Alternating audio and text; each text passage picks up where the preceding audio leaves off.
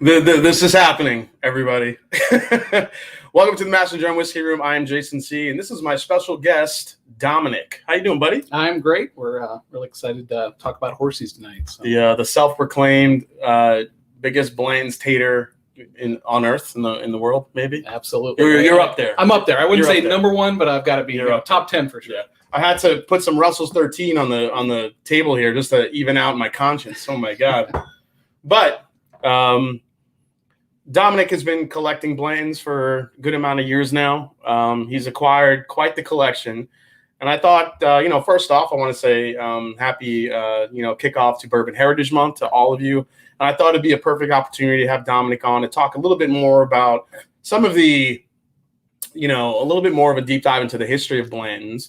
Elmer T. Lee, exactly how it started, why it started, some of these crazy special editions that we have here that we're going to be trying tonight that I thought I'd never get to try because I just never would have thought to hunt these down. So he hasn't even cracked these open. So we're cracking these open live tonight.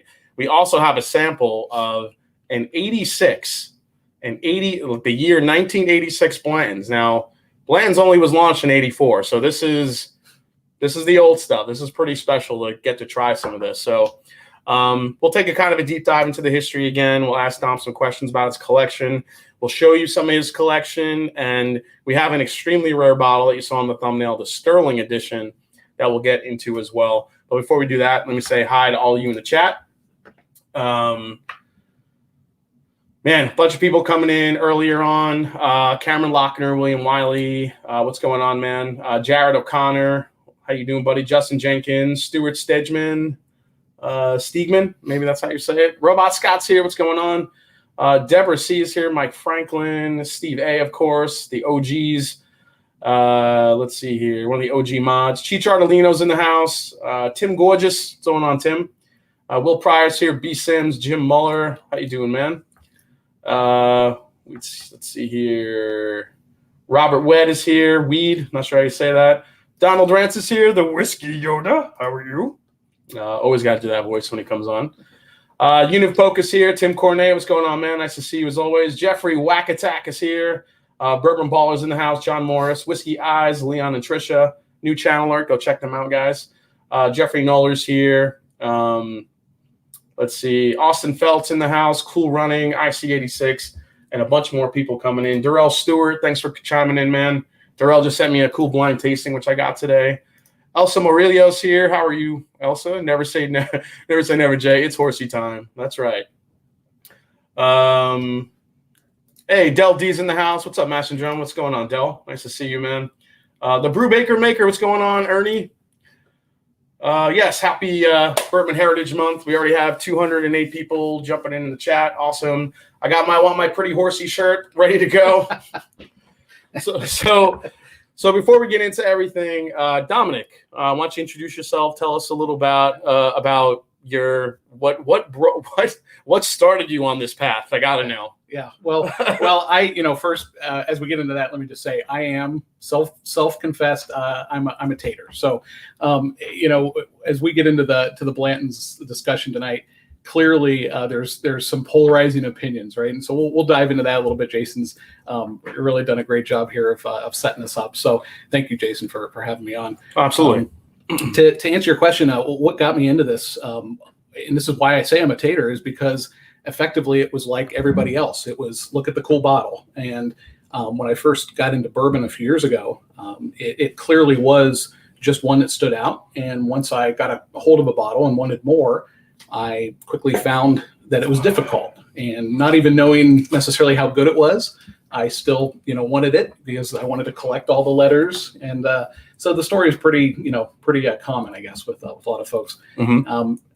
Quickly after that, I understood that there was varieties well beyond what we have here in the U.S. As you're aware, the gold and straight from the barrel, special reserve, etc. Well, let's be honest. The gold and straight from the barrel was released in the U.S. It was. I don't think anyone saw a bottle, but it was released in the U.S. Yeah, exactly. Very limited. Leather bag, I believe, with the straight from the barrel. So that's a Tater, nice coveted item right there. Yeah. I'm sure Taters use that for their socks. That's right. That's right. Golf tees. That's what I use mine for. But I at the time I was traveling to Japan, and I quickly learned about the history of the brand and how Takara owns the brand, and I recognized that there was the black and the red releases and the Takara Gold, which is the Japanese gold. So I thought, well, it's a great time to start bringing those back to the U.S. And so I made some trips, and I had probably 25 to 30 bottles in my suitcases. That was more my mechanism there to get the loot home. And that just got me running. And through Google, I discovered, a lot of other things about the brand and a lot of these rare labels that most folks just don't even know about. And we'll kind of get into that, tell that story. Absolutely. So tonight, real quick, big fan of Mash and Drum. What's with the Blantons? Yeah, Ed Hearns. Well, tonight, what I really want to do is kind of, because it's Bourbon Heritage Month and it's kicking it off in the month of September, being September 1st today. I wanted to, really kind of explore some brands and the histories. And I give Blantons a lot of shit, and rightfully so, not just because of, the guys like this that are chasing the stuff and screaming at people, but I kind of wanted to put that bias aside and really take a deep dive into some of these brands that we see here. So what we have here in front of us tonight, we have a Maison De Whiskey, which is right here. So this is a French version. Yeah, it's a French whiskey importer, and they have a whiskey store in Paris. Okay, so 100, and this one comes in at not the old 93 proof. That baby's 110 proof right there, 110 proof of blends. Then over here is what'd you say? This is the M&P, which is a Polish liquor store chain, and they also have an annual festival. This is their bottle from 2019. Okay, and then right here we have a Japanese version, which is what's the proof on this one? No, that's 98. 98 proof, and then here is a Japanese red. It comes in a red box. The label's not red, but this is considered the Japanese red edition. Actually, the writing on it is Japanese, and this one is 93 proof. This is a regular old 93 proof Blantons. But just the Japanese red edition. And this is aged about 2 more years in the barrel over the U.S. edition. Yeah, so these are also older than what we're getting. We're getting the old 6-year stuff. They're getting probably 8 to 9-year-old stuff. What the hell? So tonight, any super chats that are coming in, we have some pretty epic giveaways tonight, guys. So what we're going to be doing is Dominic has been not only be cracking these open live with you guys tonight, but Dominic is allowing us to for someone to win. We're going to be raffling off 2 sets of samples for all 3 of these. So we'll have 2 sets of samples for all 3. We're also going to be giving away a full set. And you want to grab them? Oh yeah, here we go. A full set of horsey tops. So if any of you are trying to catch them all you Pokemon fans out there, someone's going to win a full set of horsey tops tonight that you can send over to Buffalo Trace and get your stave and your little your display piece. No apostrophe though. No apostrophe. That was not available in the Japanese edition either. So so yes. So we have all that great stuff coming in tonight. Let's see here. Well, a lot of people coming in, chiming in. What's going on, everybody? Let's see here. They use the Blanton bags to hold their Dungeons and Dragons dice. Let's see. La Maison de Whiskey puts out some amazing stuff. Their Redbreast 25 is my favorite Redbreast that I've had to date. So Donald Rance is our Irish whiskey Yoda. He knows he's our Irish whiskey dude. Tim Cornet's in. He says, "Giddy up." Yep. Nice. Yep. Yeah. If anybody can, any of the mods can keep track of the super chats coming in, you guys will have a chance to win a set of all 3 of these. We're gonna do that twice. A set of the horsey tops as well. So good luck to all of you. Does Klein know about this? I don't know if he knows, but he should know. I want my pretty horsey. Step for C. So, okay. Hey, Rarebird 101's in the house. How you doing? So Rarebird will appreciate this. See, I had to put a Russell's on the table just to get my conscience right, David. So need a blind taste to see if any of them are good. Well, we're definitely going to go through them tonight. The fact that Japan and Europe get so much more horsey top hand grenades makes you want to hate Buffalo Trace almost. The 19 M&Ps is going to knock your socks off, says Will Pryor. Okay. Yes. Okay. Shout out to Will, by the way. Oh, he's one of your dudes? He's a big collector. Okay, so Jim Muller, thanks so much, man. So you get into Blanton's.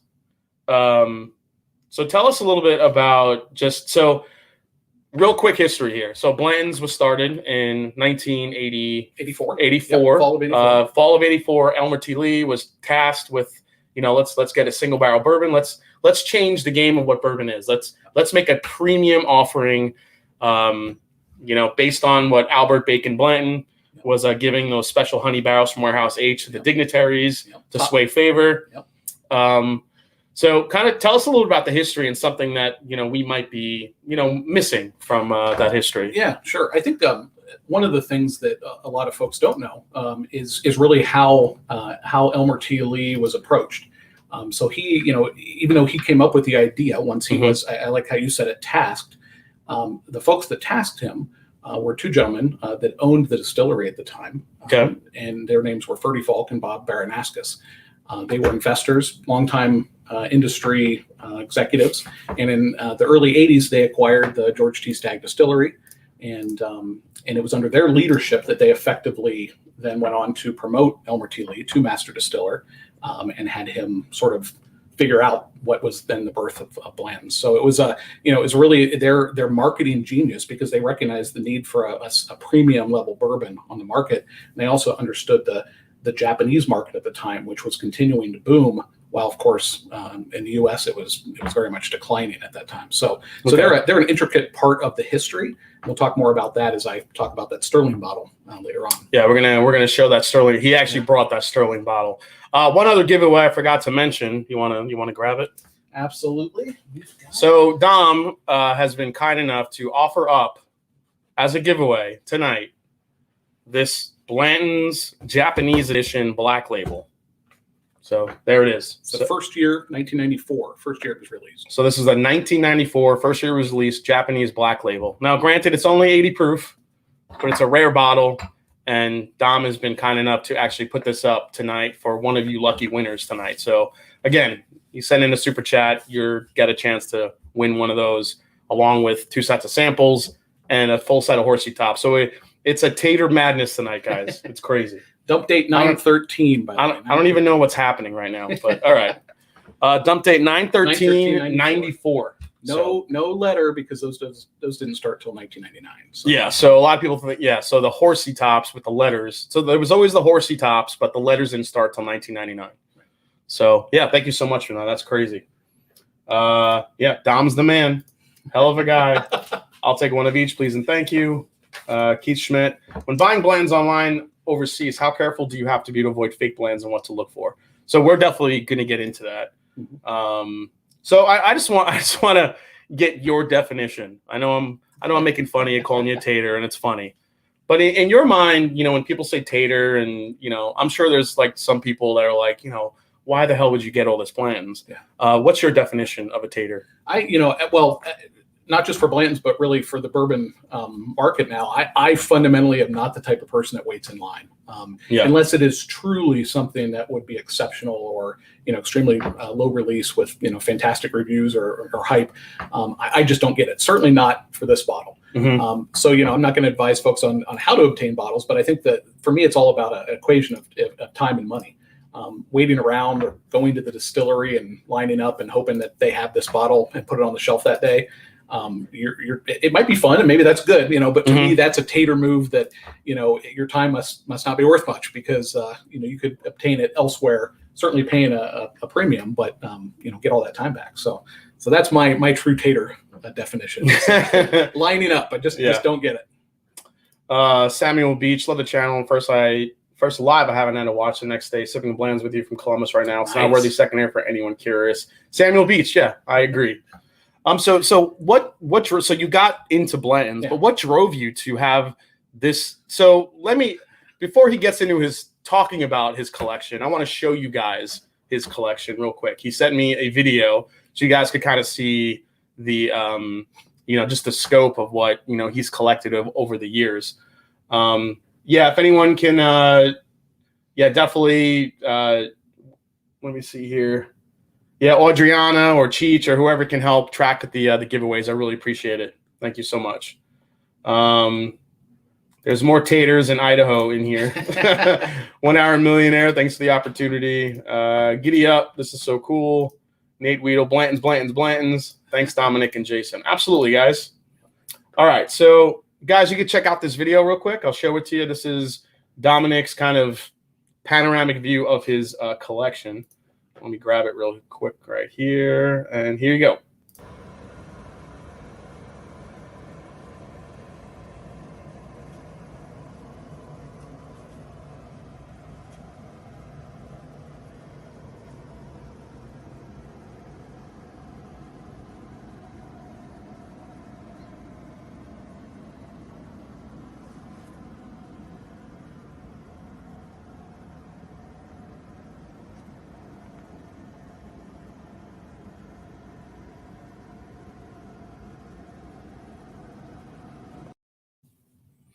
Pretty crazy. Did you guys catch the Blanton's watch?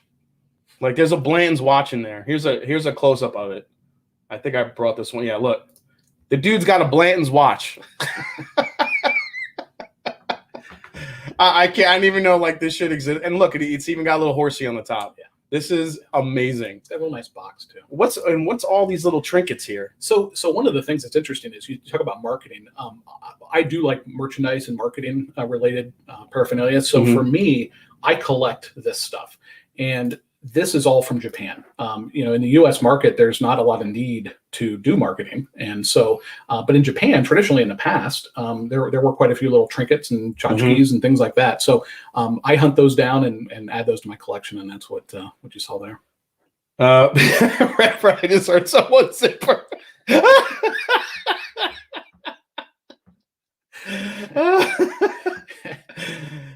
So here's a quick question. How do you locate these and then hunt them? I think that's going to be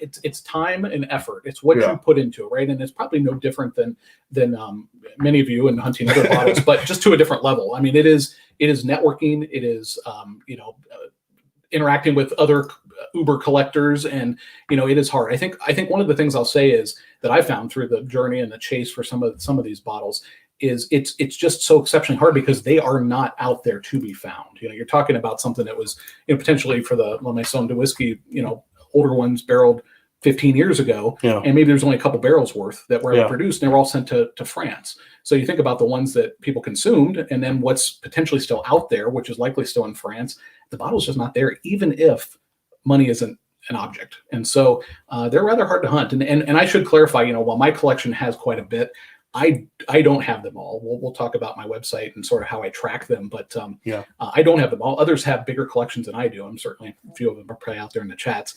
But I think I've got a few super rare ones, which is what makes my collection unique. Do you collect store picks as well? I do not. I do not collect store picks because there's just far too many of them. Same thing with the bourbon clubs, the groups, and so forth. Usually they're delicious bottles because of the fact that they're picks, but to me, there's nothing super special about the the sticker. Not that would make me want to keep it and hold it and put it on the shelf.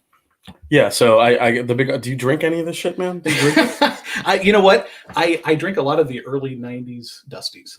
Those are my favorite. This type of stuff, like I said, it's maybe not quite as valuable as the older LMDWs or Polish releases, but it's too pricey for my blood. Yeah. Hey, Stuff and Whiskey's here. Not a huge Blanton's fan of collectors of anything here, but that's a real collector gene plus work plus money that made that happen. Respect. Thank you. Appreciate that. Let's see here. Hey, Bourbon Wrench is here. Oh, Bourbon Wrench, Trev Wilson got some great news this week.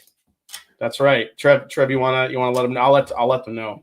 So Scott and I from the Master Journey Whiskey Club, we're doing a Maker's Mark private select pick.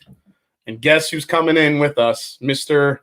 Bourbon Wrench himself, Trev Wilson, the self-proclaimed Maker's his favorite. We've been wanting to get him to come with us.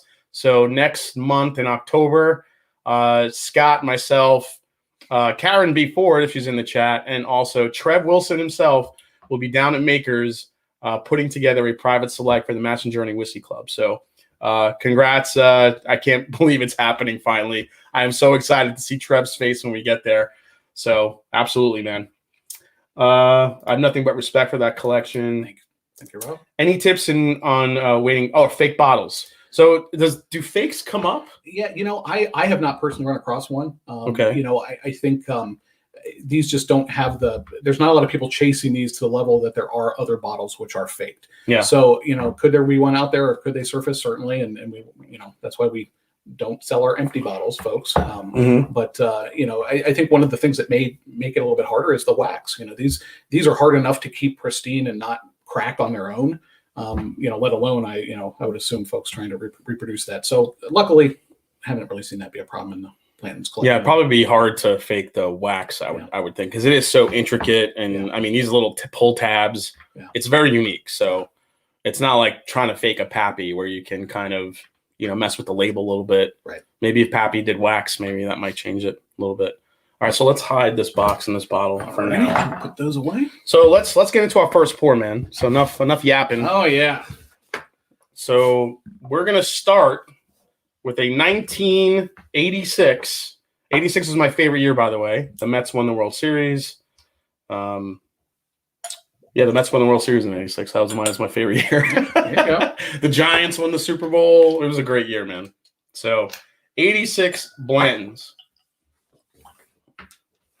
So you have any tidbits about this one? I don't, other than I used to have this bottle in my collection, and was able to pass it along to a friend of mine, Clint with a K. Okay. They're watching right now. Clint was so kind as to share the samples back with me. So, Kevin Brow, thank you for the super chat. Well, the secret is out. Picking a makers. I'm only kind of excited. That's right. Can't wait for the Mash and Drum Blanton's pick. I don't think that's happening anytime soon. Let's see here. I got a Nintendo Power Pad in 86. Good year. That's for sure. What's in your glasses? Never had a Blanton's, had a chance. Pass for an E.H. Taylor. Okay. Is it the camera, the bottle on my left, been opened and resealed or no seal? Is the bottle on the left? So if they're watching, so that bottle? This one? Yeah. Nope, hasn't been. None of these have been open yet. No. Nope. So, all right. So, go Bills.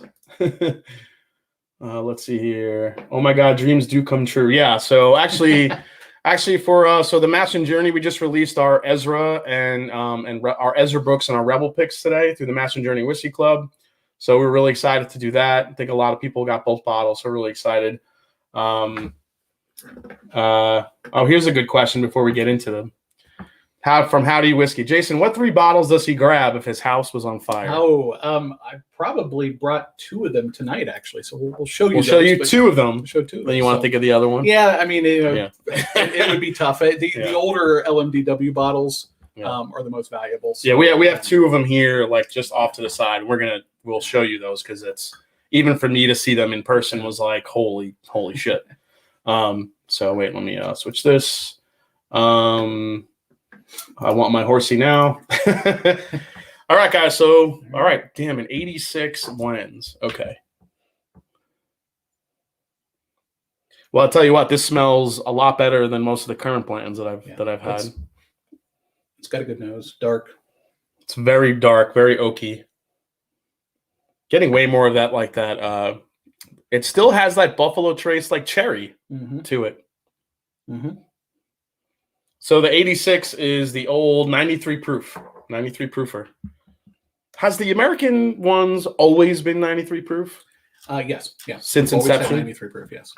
Tell us a little bit about you were telling me earlier about the charcoal mellowing and then switching to charcoal. Yeah. Then just going to chill filtering. Yeah, it's it's really not well known or documented, but there is confirmation that in the mid 90s is when they switched from a char filter to the chill filter, the process that's used today for everything but the straight from the barrel.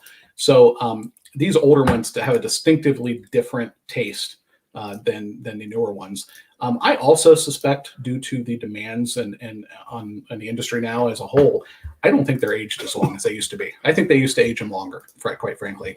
And now they're saying that they're 6 years old. Yeah, and I think these older ones. Elmer Teely used to think the sweet spot was between 8 and 9, according to records. And so I think that they were pushing the older limits there before. And frankly, I'd almost be I wouldn't be surprised to hear that they're sourcing barrels from additional floors on warehouse H. Traditionally, Blanton's was the upper floors. Again, with the demand and the market being what it is, I can see them kind of dipping into those lower levels, and maybe that stretched the product a little bit. Well, I mean, you can only do so much to keep up with the demand for this stuff. Right. I mean, I could see them trying to go lower, Yeah. but at the same time, I think it's really hurt just the quality overall. It certainly hasn't hurt the market and the people's want to Absolutely. get these. But these are markedly better. I mean, what did you think of the? Man, it tastes like a dusty. Yeah. It's got like that dusty funk to it.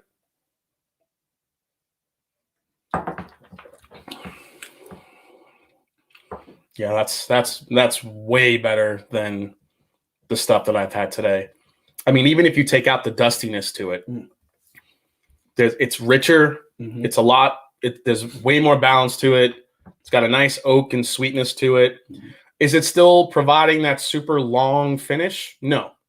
It still drinks like a Blanton's, but what you get up front and on the mid palate, it's a more interesting. Yeah, it's more complex. It's more complex. Yeah. I'm not convinced that the mash bill hasn't been changed a little bit over the years as well. Yeah. The Blanton's is a mash bill 2 offering, but there are actually confirmations of barrel picks or whiskey club picks, bourbon group picks that are mash bill number 1, if you can believe it, bottled in Blanton's.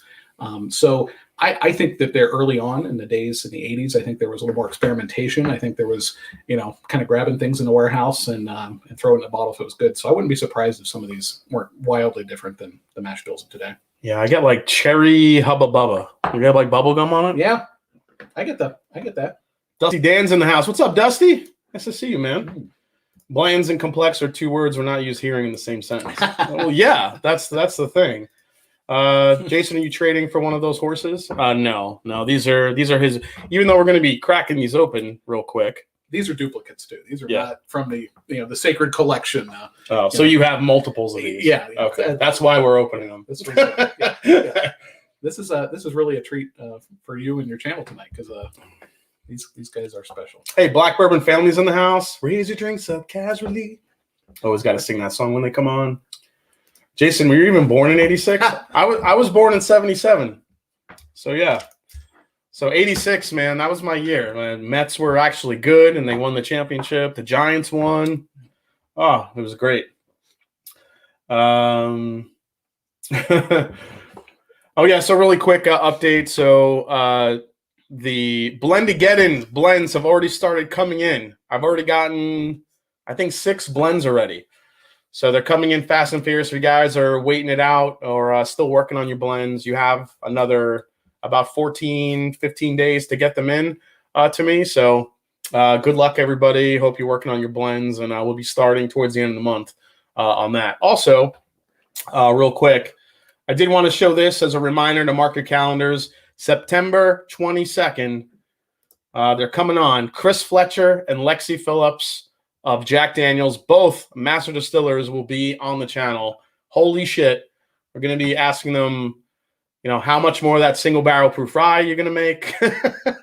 Hopefully we get to try the Jack Daniels 10 by then. And also the, I'm going to see if I can get a sample of that Coy Hill, that hazmat special release coming out as well. Mm-hmm. So a lot of fun stuff. And quick programming note, tomorrow night, right back here in the Mash and Drum, I think the last single barrel selection of the year, which will be Westland. We're going to be doing an American single malt Westland single barrel pick for the Master Journey Whiskey Club.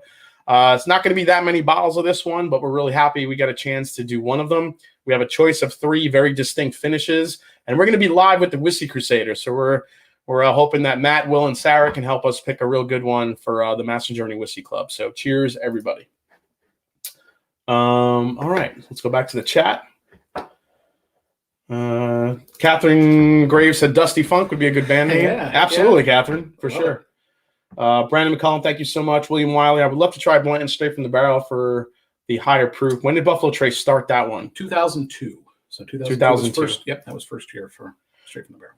So I gotta say that seems early to get into the barrel proof game. Mm-hmm. Was there Was there a want for barrel-proof blends at the time? That early on? There was. It was early, you're right, but and it was always a product that started internationally before. Again, like you said, we finally got a few bottles, like six bottles, like six bottles released in the United States, like six. Yeah, so it was all international, but yeah, there was demand out there for it, and it continues to this day. And most of us, I think you even commented to me earlier prior to the show that that was one of your favorites. Generally, was the barrel proof, right? Yeah, the barrel, straight from the barrel is easily my. I tend to even like it. I know a lot of people do love the gold, or I think 100 proof is a nice proof point for the gold. But every gold I've had, I seem to get more alcohol than flavor on it. Yeah. So I love it's a back end burn. Yeah, I love the straight from the barrel. I think it's all flavor. Yeah, just all flavor. Yeah. Let's see. Brandon McCallum, new to bourbon, love watching the Master Drum. Thank you so much, Brandon. Appreciate you hanging out tonight. Can't wait for that Jack Daniels one. Yes. Whiskey Mountains. Adriana, loving my whiskey. Oh, so you've been drinking the Jack Daniels barrel proof? Do you still love Knob Creek though over that, or are you taking that over the Knob Creek now? I gotta know. Inquiring minds want to know. Donald Rance, yes, single malt. Yeah, Donald Rance, we have some more. We have some good, some plans to try to get some single malt scotches as far as a cask pick as well. We're working on it. It's a little bit tougher to go overseas and get these, but we're working on it. Right, Jason's would be rich for life if you got commissions for how much we buy because of his reviews. Best spots in Japan to hunt. Oh, good question. So Dusty's are, anywhere that you can find a little liquor store. Usually I found them in the small towns, sort of the backcountry road, sort of one-room liquor stores, if you will. If you're looking for just straight up, new releases, common bottles, the Ginza region of Tokyo is fantastic. It's a shopping district, and they have a lot of liquor stores, high-end stuff, all within a close proximity to one another. You can walk around, and they're going to have things on the shelf too, like the Evan Williams 23. Another one that Jason and I were discussing earlier, which I personally recommend, which is Evan Williams 12. They're Evan Williams products, but they're fantastic, and they're like $35 to $40 on the shelf over there. So it's a daily drinker if you're in Japan. Yeah. We'll work for Blanton's. Jason Fred is watching this like F your Blanton's. That's right, Fred. Oh shit, that's funny. Whiskey. Adriana's confirming her love for Knob Creek. Still wins every time. Okay. If you did a cask pick of scotch, which distillery would you pick? It really depends on what we get. We do have a shot for like Boonhaven, which we're really interested in. There's some undisclosed ones from Speyside and undisclosed ones from Isla. We're not really sure what those may be. Glen Ross is in the mix. There's some interesting single casks we could get, so stay tuned. Opened a 1989 blends this past Saturday with some friends. Always a great experience. Love the channel. Thank you so much. So, man, this is just this is so beyond. Yeah. This is what Blanton should be, and I know they can't make it like this right now. Right. And I'm sorry. Did we get into the whole charcoal filtering thing? We did. Okay. We touched on it. All right. Tyler Sadler has an interesting question for you. All right, Tyler. What do you got? The Talisker. You need to fly over and do a Talisker pick, Jason. That's one that's on my radar. Is a Talisker pick. If a Talisker single cask ever came up, it's an immediate. That's the one I want. What is the bottle you want but haven't been able to get? Oh, okay. So we're a little early in the show, probably still, but maybe we should just tease that one and come back to it. I don't know. You want to tease it? Well, don't tell us what bottle it is, but tell us something. Why do you covet it? Because nobody has it. It's truly it's the unicorn of unicorns. We'll talk about that in context with Sterling. All right, easy. If Jason does a Blanton's pick, we'll come and train the candles. That's awesome. Oh man, how into bourbon is the Japanese community? Japan has traditionally been into bourbon more than us, and it's really been. It was in the 80s, especially, and into the 90s that they carried the business and the market, and they are still to this day very into bourbon. It remains to be pretty hot over there. However, it's not like here. A quick example is I could go into a department store over there and see a mountain of Blantons. I mean, I'm talking a pallet full just sitting there in the open. You know, can you imagine the Tater line that would be here? You know, it'd be sold out in 20 minutes. So. Well, remember, wasn't Four Roses the most drank bourbon in the world at one point? I think so. And I.W. Harper was huge over there. I.W. Harper, and Four Roses was huge in Japan for a very long time, and I think it was because of that reason, it was like the top drank bourbon in the world at one point. Yeah. Stephen Holtzclaw, holy shit, Chujans, I had no idea how extensive Blanton's was internationally. I know, that's what's kind of frustrating, though, at the same time about it. Thank you so much, though. Dom, how common is cracked wax? I received a couple overseas bottles with cracked wax. Reputable source, so not worried, but curious if this is common. Yeah, super common. I mean, it's hard. To put it this way, I was kind of worried tonight just bringing these over here that they might crack. You'll see hairlines, we call them hairline cracks, very common, hard to avoid. When you get into the older bottles, if you've got one that doesn't have a hairline, you know, that's obviously a great bottle. So I wouldn't worry at all about it. Usually you won't see too much evaporation with a crack that small. Would it help me get free Blantons if I said it was my 2-year channel anniversary? Yeah, we could put some. I'll put something aside for you, Kilco, for sure. There you go. Will Henderson says FYO train. Thank you so much, man. Turkey 2. Leonard Herrera was gifted a Blanton's before I knew anything about bourbon. Went well with ginger ale. Daniel S. And hello from Germany. Oh, perfect stream. Just bought yesterday my first Blanton straight from the barrel for $120. I think actually I missed a question here from my buddy in Chicago. How do you whiskey? What's his thoughts on the straight from the barrel picks from the Maison De Whiskey like I had last weekend? I have really not. I've only had a few Maison De Whiskey bottles really over the past year or so. So I'm excited to try this tonight. This is not barrel proof, so I don't know that I've had one off the top of my head. So I'm. This is 110 proof for this one. Okay, so this is 93. Should we start with the Takara? Yeah, and then work our way up in proof. Let's do the dusty. All right, so the dusty red. Dusty red, and then we'll work our way up. Yeah, so I actually haven't had the barrel proof. Oh shit! It's happening. There's a horsey top being popped open in the Maison De Whiskey room. All right, look at that. All right. Oh, I'm gonna leave this a little bit here because I want to compare. Absolutely. So this is still 93 proof. Here you go. Nice little pour here. Glug glug glug. You hear that? Let's see here. Let me get back here and catch up here. Hey, Emily Chambers to say, what's up, Butter? How you doing? Howdy, Jason. Just joining. What's all the hoopla about? It's all this international rare Blantons we got in front of us. So those of you guys joining a little bit late, this is Dominic. He is an avid Blanton's collector, has an incredible collection. He's brought some real gems that we're going to show in a little bit once we get through these. But he's also providing some insight into Blantons that, you know, I even didn't know because it's like not something you really hear when you're doing your research, some of the inside stuff. But all right, so this is the Takara Red. You want to show the box? Yeah. Actually, you know what? I do not have the box for this one. This box went with the LMDW. Oh, okay. So sorry about that. So interesting enough, it's called the Takara Red. So Takara is So give us some background on what Takara, that name is. Sure. So I mentioned earlier, two gentlemen owned a distillery in the 80s. Towards the end of the decade, they started partnering with Takara, which is a Japanese liquor monster. They've got a lot of liquor brands and distributions. And so they partnered with them. They bought part of the company. I think it was 22% in the early 90s. And then a couple years later, bought them out completely. So Takara maintains the brand ownership to this day. When they bought out the original owners, they immediately turned around and sold the distillery itself to Sazerac, and who now has gone on to rename it, of course, to Buffalo Trace. Yep. But then Takara still owns the rights to the brand.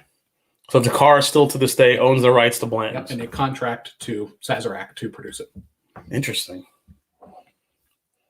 All right, Takara Red. So this is, what year is this? So 91. 91. So one quick note on this. A lot of folks out there think of a 91 Red as a first year. which first year bottling. It actually isn't. Recently, we were able to discover and prove that late 1990 was the first year bottling for the red. So there's a lot of taters out there, a lot of my buddies who now are scrambling to find 1990 bottles because their 91s are no longer first years. So, so I ruined some folks' collections there. All right. So after watching so much The Master Drum, it's difficult to get too excited about Blantons, but this is good. Yeah, I mean, I figured this is a good way to learn a little bit more about the brand, especially I feel like it's more prevalent international as far as the variety that you get rather than what we get here. Yeah, we get regular Blantons and we get what fucking, I know I'm joking around, but we got this, we amazingly last year, we got the gold and we got the straight from the barrel, but nobody ever saw it. We don't know where it went, how many bottles. They didn't say how many was being released. Nobody ever saw it, and when we did see it, I saw it was in liquor stores for upwards of $700-800. Oh, so which is bananas. Yeah, not worth it. So now you go to the international market, you see all these different proof points, the different ways they package it, the labels. I mean, it's a whole nother world, honestly. How much of that bottle just decreased in value when you broke the seal? Well, there's these early Dusties are a little bit pricey. All right, Dom, talk about the difference in the tops from the 80s through the 90s through 99 first letter tops. Yeah, great question. So there are quite a few changes over the years, and I'm not extremely intimate with all the subtleties. There are a few collectors out there that kind of know every little subtle change that has happened.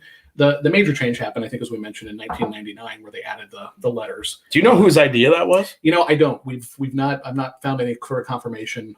Okay. Somebody somewhere. Some marketing genius. Genius, right? Genius. That has certainly propelled the brand beyond anything else.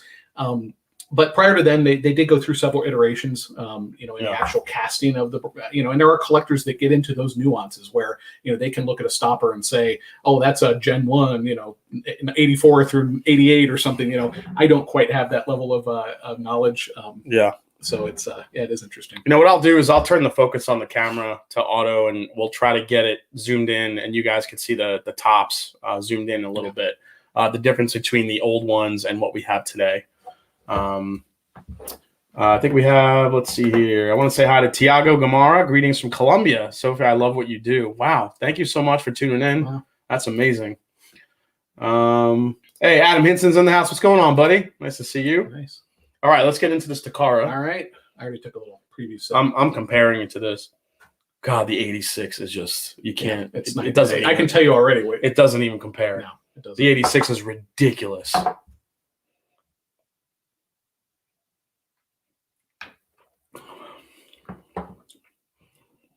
All right. Oh, it's good. Yeah, it's not bad. I get butter toffee.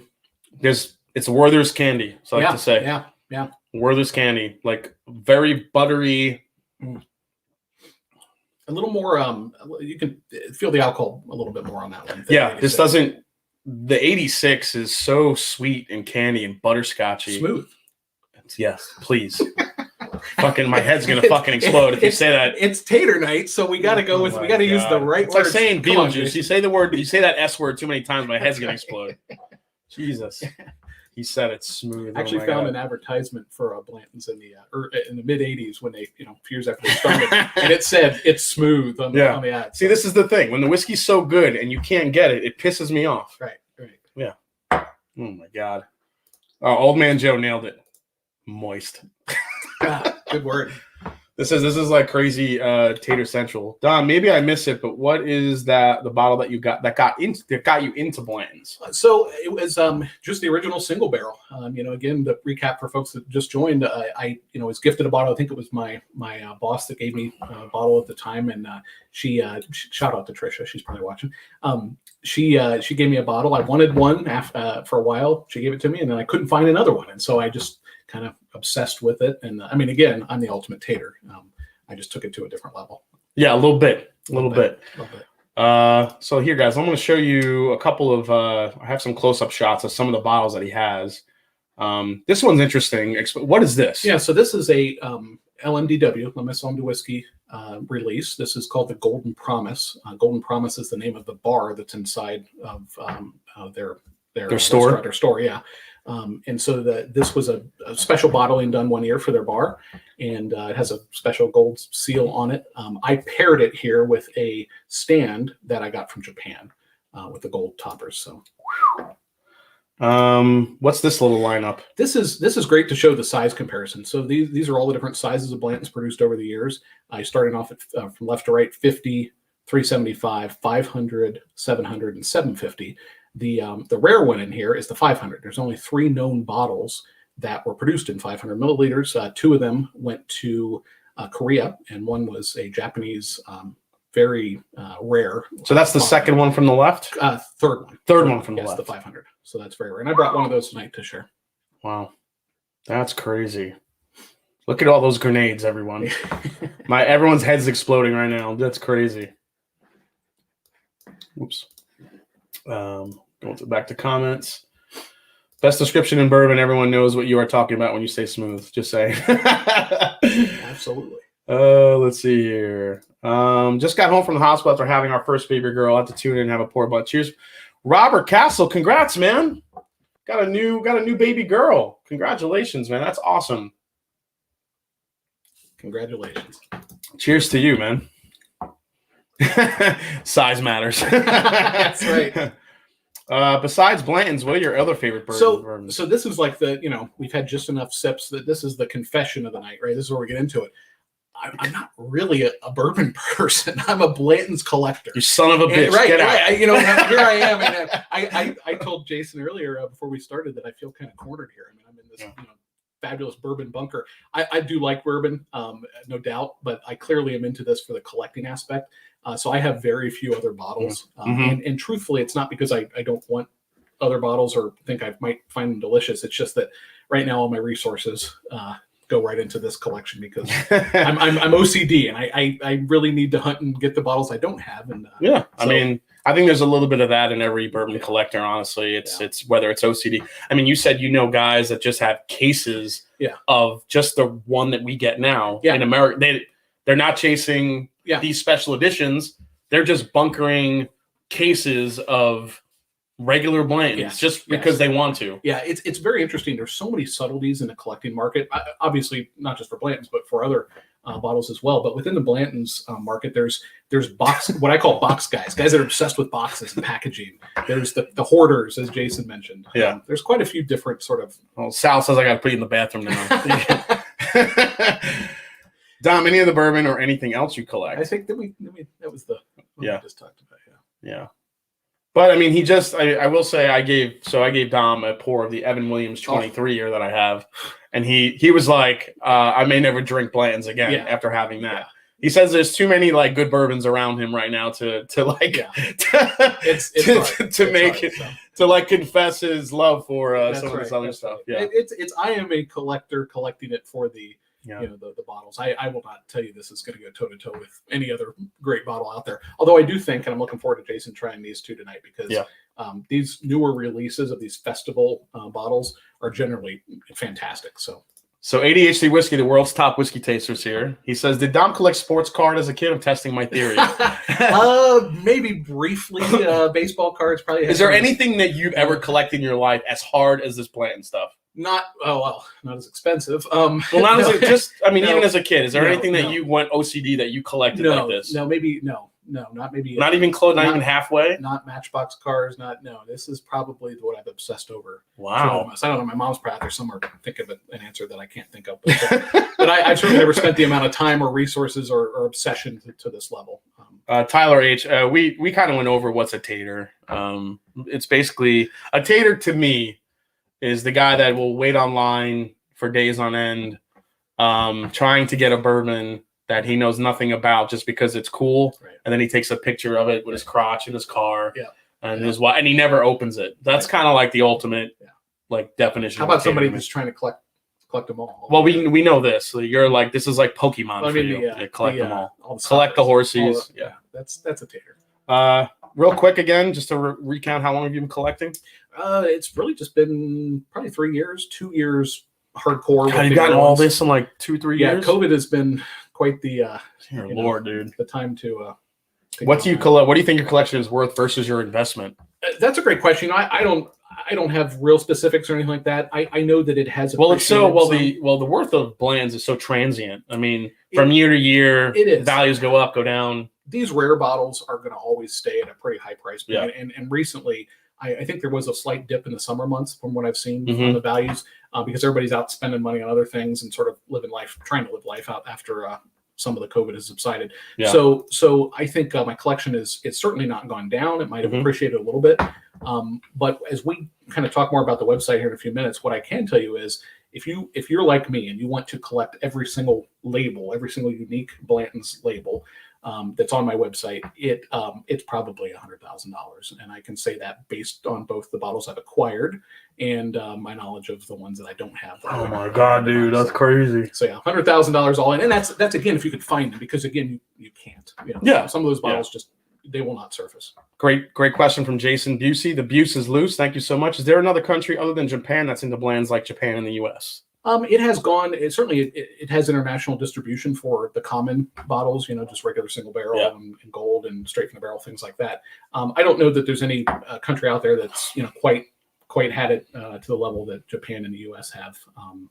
Well, we know we can find. Are there any special? Because we always hear Australia being a place to get Blantons. Yeah. Does Australia hold any special editions that are coveted? There's no special editions that I know of. And what I can tell you from my website and the metrics that come out of that is I have relatively few hits from Australia. So I don't sense that, unless there's any Aussie folks out there, I don't sense that they're a huge market for it. So Dom has started a website called Warehouse H, which will give you, so if any of you are interested in some of the history behind some of these bottles and these special editions, I'm going to actually drop this in the chat right now. Warehouseh.info. So we'll kind of give you a breakdown of some of the special releases in the bottles. Hank Butts, you guys seem to have known each other forever, new friends or old friends. So that's an interesting story. So real quick, I worked for a company in New York, in Queens, before I moved to Ohio. You guys know some of that story. The company I work for now acquired that company in New York. And this is the reason why I moved here. Dom came in as part of the company that acquired us to kind of help with what were you doing, like IT transition at the time? Transition, merger and acquisition. Merger and acquisition, IT. I had at the time, you weren't into this yet, right? No, not at all. Yeah. Not at all. So at the time, we just kind of knew each other, and we obviously worked at the same company for years. And, in the last 2 to 3 years, he has gotten into this, obviously, as I just learned. But yeah, we don't work together on a daily basis. We barely ever see each other. But he reached out to me after, seeing my funny Blanton's videos. Oh, and I found Jason by mistake. I didn't at work, we worked for a rather large company, and I didn't know that Jason had all this in this channel. Yeah. But one night when I was Googling Blanton's, imagine that, I came across one of the Mash and Drums videos, and I'm watching the intro, and I'm watching the first couple seconds, and I'm like, I know that guy. And, so here we are. Yeah, and I had no idea that Dom had this whole collection and this website, and I was like, what are you doing, dude? So yeah, that's how it started. All right, here. Let's do you own any Blanton's barrels? That's a good question. I do. I have one barrel.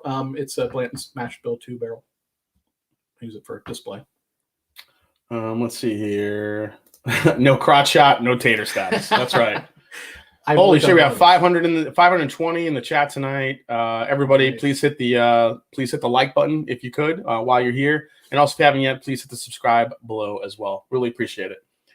Let's see here. Just trying to see if there's any other questions here. I'm traveling to Spain next week. Any taters tips? Oh yes, absolutely. So Spain was one of the markets that got the Blanton silver bottle, which was a 98 proof bottle that was discontinued, I think, in 2009, ran about almost 10 years. So that was one of the markets we see those turn up in. I don't have any specific tips as far as stores or locations, but we do see them, on the secondary floating around sometimes with the Spanish tax strips. So I would definitely be on the lookout there. Yeah. Joe, drinking Caribou Crossing night because a caribou would kick a horse's ass. The Canadian Blanton. Yeah. How do you feel about that one? Well, there's a word I want to use to describe it, but you banned me from using that word. You can't say it. Yes, that S word. It is. Is it Tater to not open your last tornado survived? Do you have a tornado survivor, Colonel Taylor? I could see if you wouldn't want to open that, honestly. To all you Blanton haters that tune in for the Master Drum, now's you can't leave. All right. Everyone is waiting for the Bland's bottle giveaway. The Tater line is forming. Yeah, yes, we're gonna get into it. Cool, yeah. All right. All right. So consensus is 86. 86 Still was, the hitter. Yeah, 86 was definitely. Oh my! I could even smell the 86. That's just on another level. All right. So now we're gonna get into the M&P, okay, which is the Polish. You said this is a Polish edition. It's a Polish edition. Yep. This is a lot less publicized than over the Maison De Whiskey. Maison De Whiskey. You just don't hear a lot about it, but they've come on strong here in the past few years. They don't do quite as many bottlings. Like, for example, this 2020 LMPW had 4 different proofs bottled last year. The Poland is only 1 proof every year. Okay, that's interesting. Not quite as much fanfare, but still very delicious. I'll let you pour. Nice little glub glub. Glug, glug, glug, glug. All right, so what's the proof on this one? This is a 98. 98 proof. Color on that one.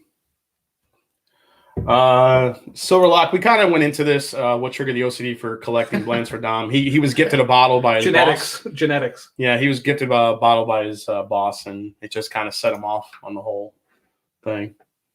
It's like an alpha male thing too, though. It's a competition, you know. Yeah, I think there's a lot of that. Thanks so much, Richie, for posting that. Warehouse H, you can check it out. Alex G, that's my brother out there. That's your bro? Yeah. The Japanese black label is great. Well, we're a little bit of a disagreement on that, but yeah, since I gave it is to that you, is that the 80 proof one? There's no way that's great. Yeah, there's no way that's great. The old one we're giving away tonight, I'm sure it's great. But, sorry, brother.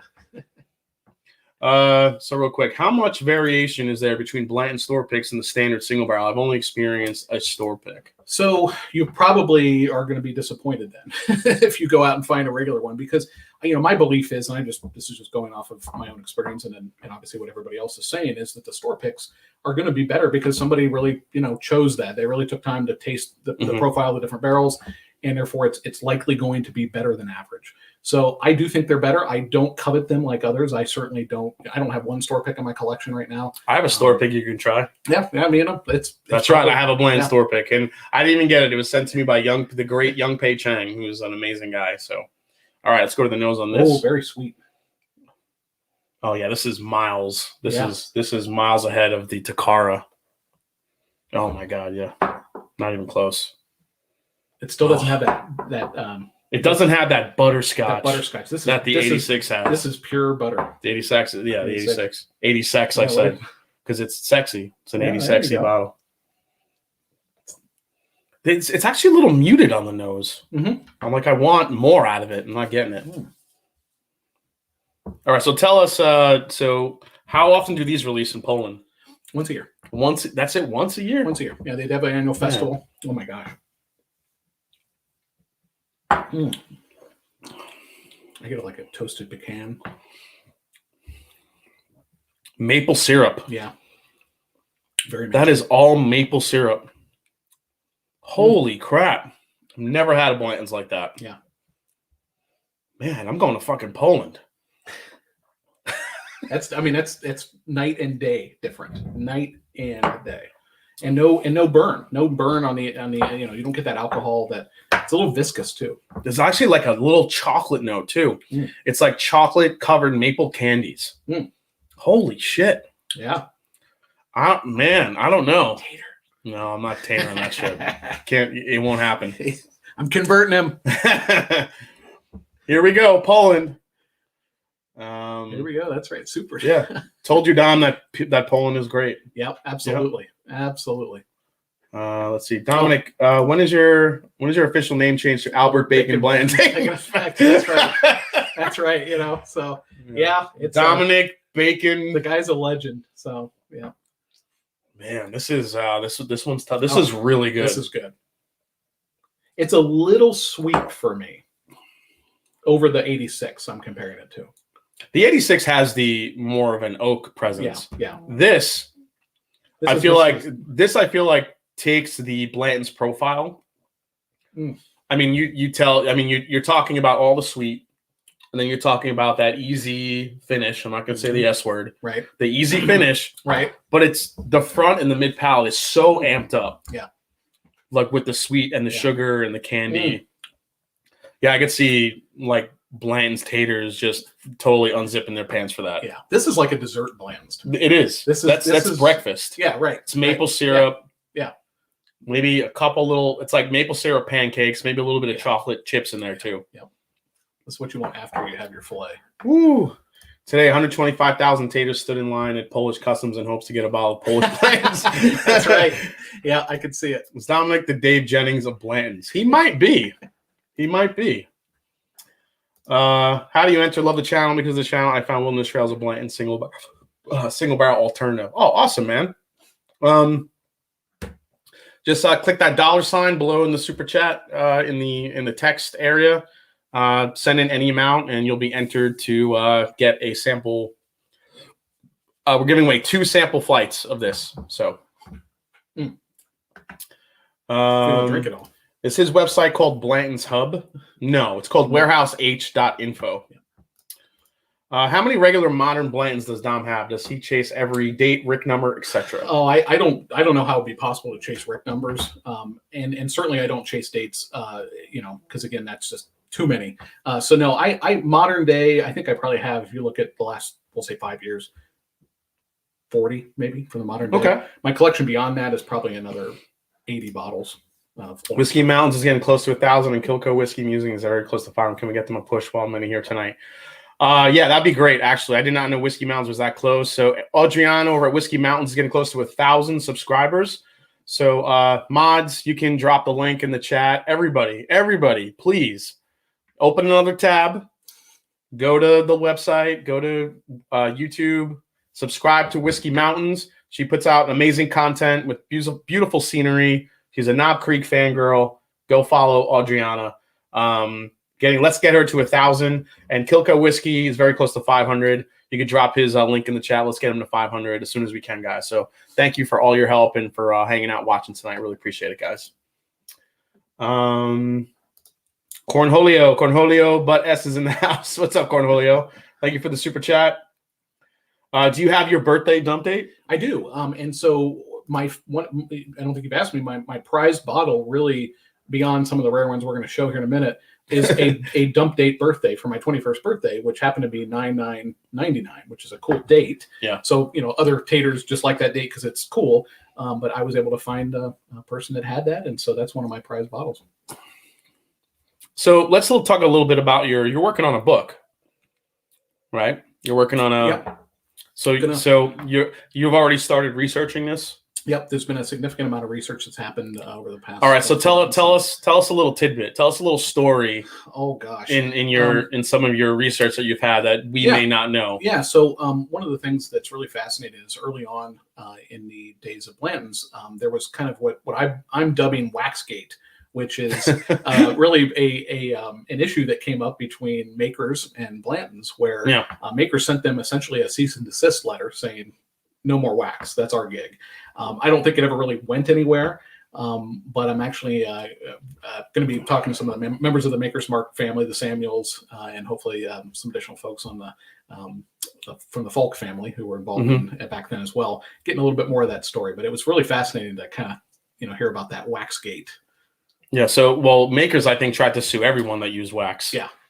So was it like a suing type of thing? I think there was lawyers involved. Again, I don't know how far it went before it was sort of dropped in good faith. Early on in the late 80s, early 90s, there was quite a lot of local competitions in the Louisville, Frankfurt regions between Blantons and makers. And they were well publicized and documented at the time, and quite a big deal to the local community back then. And, now it's interesting because I don't tend to think of these two bottles as necessarily competing, makers just being that much more available. Dominic is the rare bird of Blantons. That's right. Thank you. And again, for my collecting buddies out there, I definitely am not the guy when it comes to Blantons. There's I'd say a good 4 or 5 others out there that have some pretty deep collections. Yeah. Some more than mine. What makes my collection unique is a few of the extremely rare bottles that are not out there. Jason, Blantons or E.H. Taylor? What do you prefer? If we're talking the stuff you could find now, E.H. Taylor for sure. But I've had a couple of good Blanton store picks that can, change my mind about that. But the problem is that Blanton store picks are you don't see them often, or at least I don't. They're pretty rare. I mean, if Blanton's tasted like this one all the time, I might lean towards that. But this is a Polish release, so that's not happening. Great info. Absolutely. Pappy Van Winkle gave Bill Samuel Jr. his yeast recipe an idea to do a weeder. Oh. So Dom and I were brainstorming earlier, and we thought of the greatest Tater bottle that will ever grace this earth. We're doing it. You ready for this? It's a Blanton's, the special label, but the horsey top is actually Pappy Van Winkle smoking the cigar. Yes. And you actually have to collect them, and you have to spell Pappy Van Winkle Blanton's. Yeah. And how are we going to age it? Weren't we going to age it like double? We're gonna take the Blantons and we're gonna double oak it in a Pappy barrel. Right. And that will be Pappy Van Blanton's. Pappy Van Blanton's. It's gonna be so exclusive, so rare. Yeah. Actually, we could call it Pappy Van Blanton's Rare. Yeah, and we will release a few bottles out there, so we can say a few. We did a release. We'll release a few out there. You'll only see it for $25,000 on secondary. Right. Not a big deal. Pappy Van Blanton's. Pappy Van Blanton's. You heard it here first, folks. It's happening. All right. Somebody out there is like, Master John, for a super rare bottle, do you get it shipped or fly and pick it up personally? Oh gosh, I would always suggest if you have the ability to pick up in person, you do that. Just makes sense. I need 8 of you to sub to Bourbon right now. Also guarantee you will outstream anyone. There you go. I give my firstborn for one of those. Get your lawyers ready. Yeah, that's right. That's right. Stephen Holtzclaw. Yeah, dude, I really think that there's a market for a Pappy Van Blanton's. It would go crazy. A double oaked Pappy Van Blanton's. Blanton's aged in a 23-year Pappy Van Winkle cask. It's fantastic. Forget it. Right.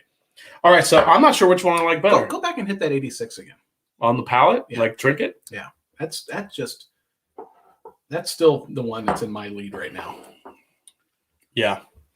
It's even got more of a finish than this one does. Yeah. If you're a fat kid that loves candy, this will be your go. Yeah. For, unfortunately, this 84, I'm sorry, this 86 is still the bee's knees right now. Absolutely. All right, so let's show some people some special bottles. All right, so we'll start off with, I think we teased this one a little bit early. This is just one of the 500 milliliters. Wait, hold on a second. I never produced one of the letters on the toppers. Bring me the Pappy Van Blanton's.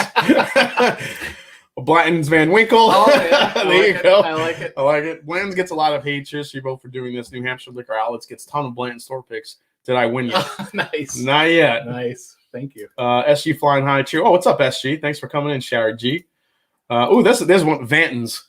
Oh, yeah. I like that. I like that. Vanton's. Jay Maui. Blanton's is obviously way overrated, but this is interesting as hell. Thanks, Tom, for your weird ass fascination with Blanton's. Yes, totally get it. Yeah. Hey, Julie L is here. What's up, Julie? Nice to see you, Julie. Julie's son, I believe, just had a child. So everyone give a big congratulations to Julie. Another new baby in the house, in the whiskey family. Congrats, Julie. All right. So what is this little baby guy? This is a 500 milliliter. This one went to Korea. It was one of 2 500 milliliters. The other one that has a traditional kind of cream colored label. But this is a special reserve. So it says here on the neck, special reserve. So this is 80 proof. Special reserve. Yeah. This is just like the green label that's out there, and it's a common bottle now in the international markets. But it had this maroon sort of color to it. And what made this very unique was the 500 milliliter, one of 3 different ones. So this is an 80 proofer as well. It's 80 proof. Yep. So look at that little baby grenade. We're not going to open that one, but that's just a rare one. I got some protecting plastic on here because I did have a crack in the wax. So. Haven't dipped into blends yet tonight. Too busy demolishing this first bottle of O Sherry. Jeffrey Wack. If anyone has any questions about the Backbone O Sherry pick that's available on Shared Pour, Jeffrey Wack will sell you on it. Just saying. Jason, what does your tattoo say on your arm?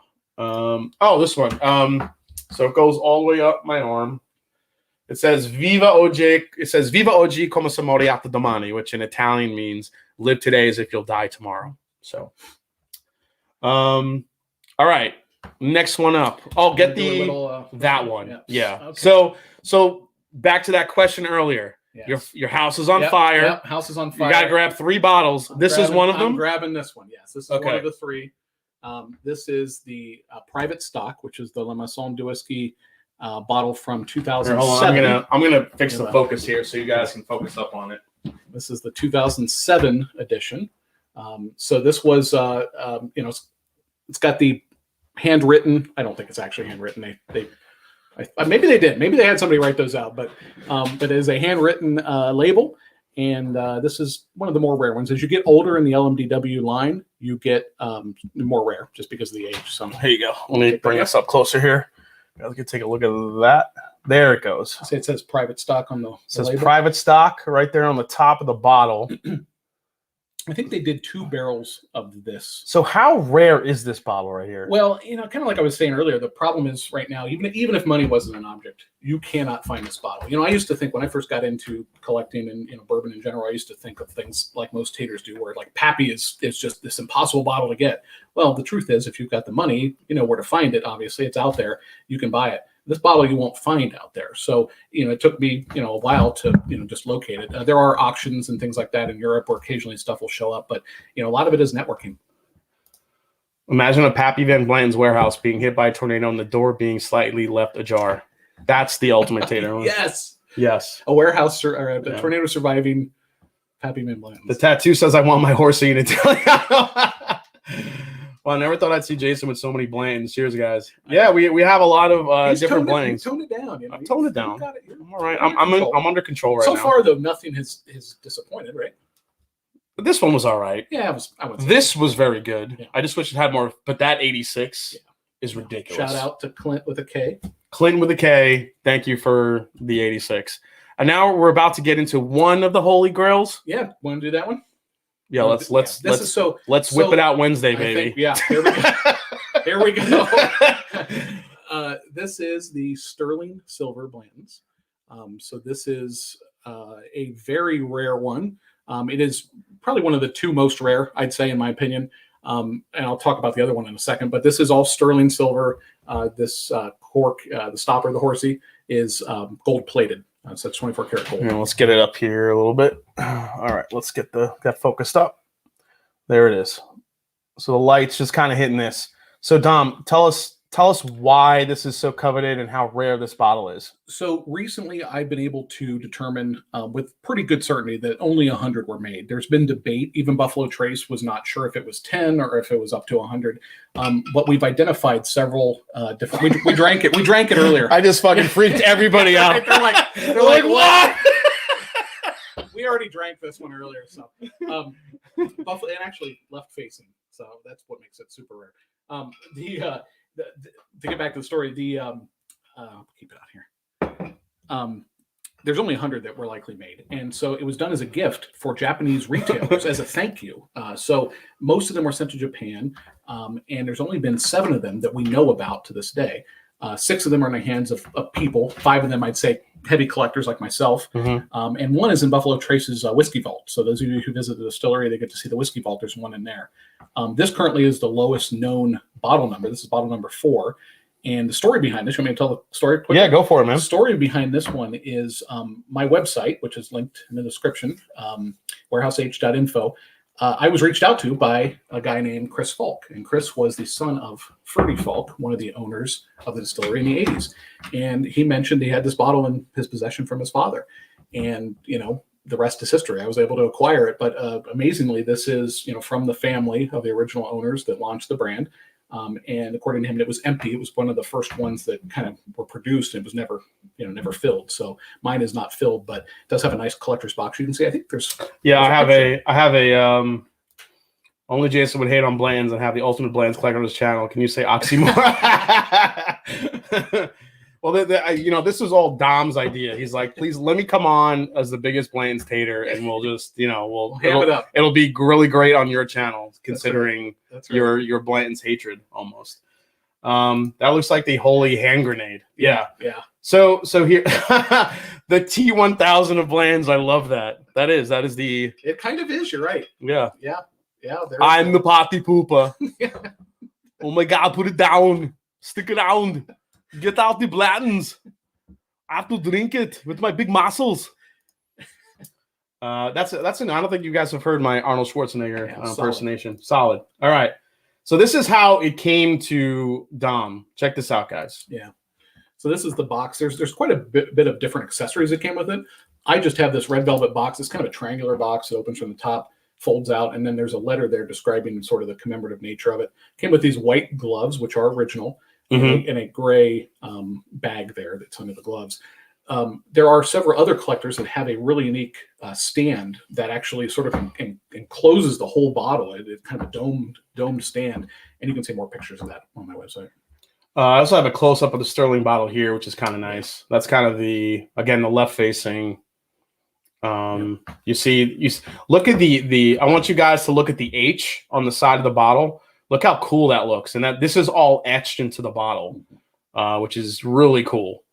Now, some of these did have actual bourbon in it. Yeah, they did. They did. It doesn't sound like the first few did that came off the line that were given directly to the family, but after that, they definitely have bourbon. That's actually a cool collector's item. Pretty rudimentary boxing for bourbon from the future.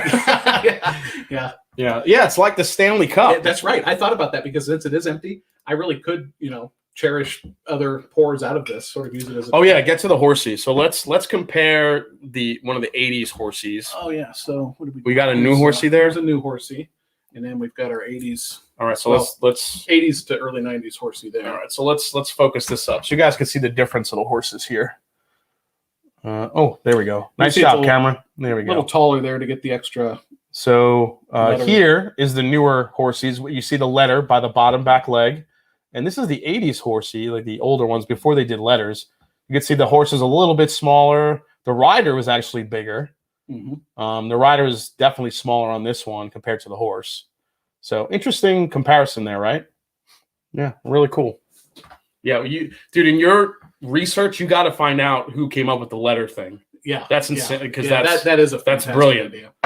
One other thing going back to this bottle, and this goes back to a comment I don't think we answered earlier, is sort of when we talk about the most rare Blantons and the one I would cherish. This is the one most collectors would say they consider this to be the. All right, so what's your ultimate Blanton's bottle? I believe the 2012 Maison De Whiskey is, because no bottles have surfaced in any collections as of yet. So we have a picture of it. You can see it on my website. A picture of it from Maison De Whiskey. And, everybody believes this bottle existed. We don't think they skipped a year in their festivals, but yet nobody has one. And several other Uber collectors have contacted LMDW, and they do not have one in their whiskey vault. Again, they 2012 is not that long ago. No. So why all the cloak and dagger on this bottle? It is odd, and likely it was maybe just one barrel's worth that was produced, and a lot of them got drank up or something. And so that one there, you talk about value on something like that because nobody has it. You're talking about a pretty big dollar for something. I mean, I would think, at an auction, you might just start the bidding at like 20 grand on that, because there's several of us that probably would pay that for something that literally nobody else has. That's crazy. All right, let's move these out of frame so it focuses up again. Dude, that's good. Dude, thank you so much for bringing that bottle. That's insane. Never thought I'd ever see that shit.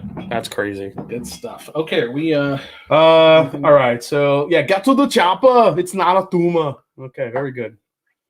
Yep. Welcome to Taterville. Double bass Blanton's tops. What's happening? Just kidding. This is cool.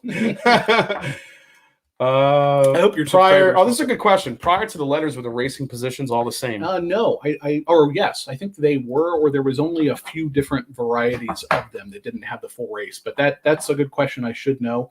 But the newer ones definitely have the full race. It's out there. So, all right, just so you guys know, we are giving away a full set of Blanton's Horsey tops tonight as one of the giveaways. So, if you guys are still trying to collect them all, someone's gonna get all their Pokemon Horsey tops tonight. That's right. Is the Sterling still bottle glass plated or solid silver? No, it is solid silver. Solid silver, Sterling silver. So. Solid Sterling silver with a gold plated Horsey top. That's right. Right. It's 24 karat gold. And the etching, all of this, there's gold plating in all of the etching. Oh yeah. Oh, that just won the chat for tonight. That's amazing. That's the best. Oh, shit. Robotic just won that. Oh, my God. That's awesome. Amazing. Whiskey Mounds is 71 people away from 1,000. Come on, guys. Subscribe to Whiskey Mounds. Let's get her there. All right. Now to the one I'm really excited about. This La Maison de Whiskey. 110 proof. Yep.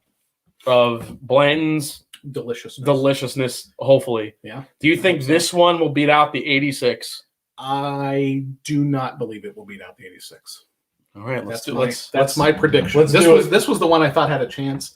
This one, I don't think so. You want to do the honors on this one? Oh, I'm gonna open this thing? I mean, I'm like taking over here. Oh my God! Look at this. Oh God! Look, what is this? That's the seal. It's like a it's like a $2 penis ring. That's your problem. You're spending $2. Yeah. Man, look at this gold top. Yeah, look at that. That's crazy. All right. So, La Maison de Whiskey. So, tell us a little bit more about La Maison de Whiskey and, why they get all the good Blantons. I don't know. That's one of the stories that I still need to sort of digest more and understand it. Thank you.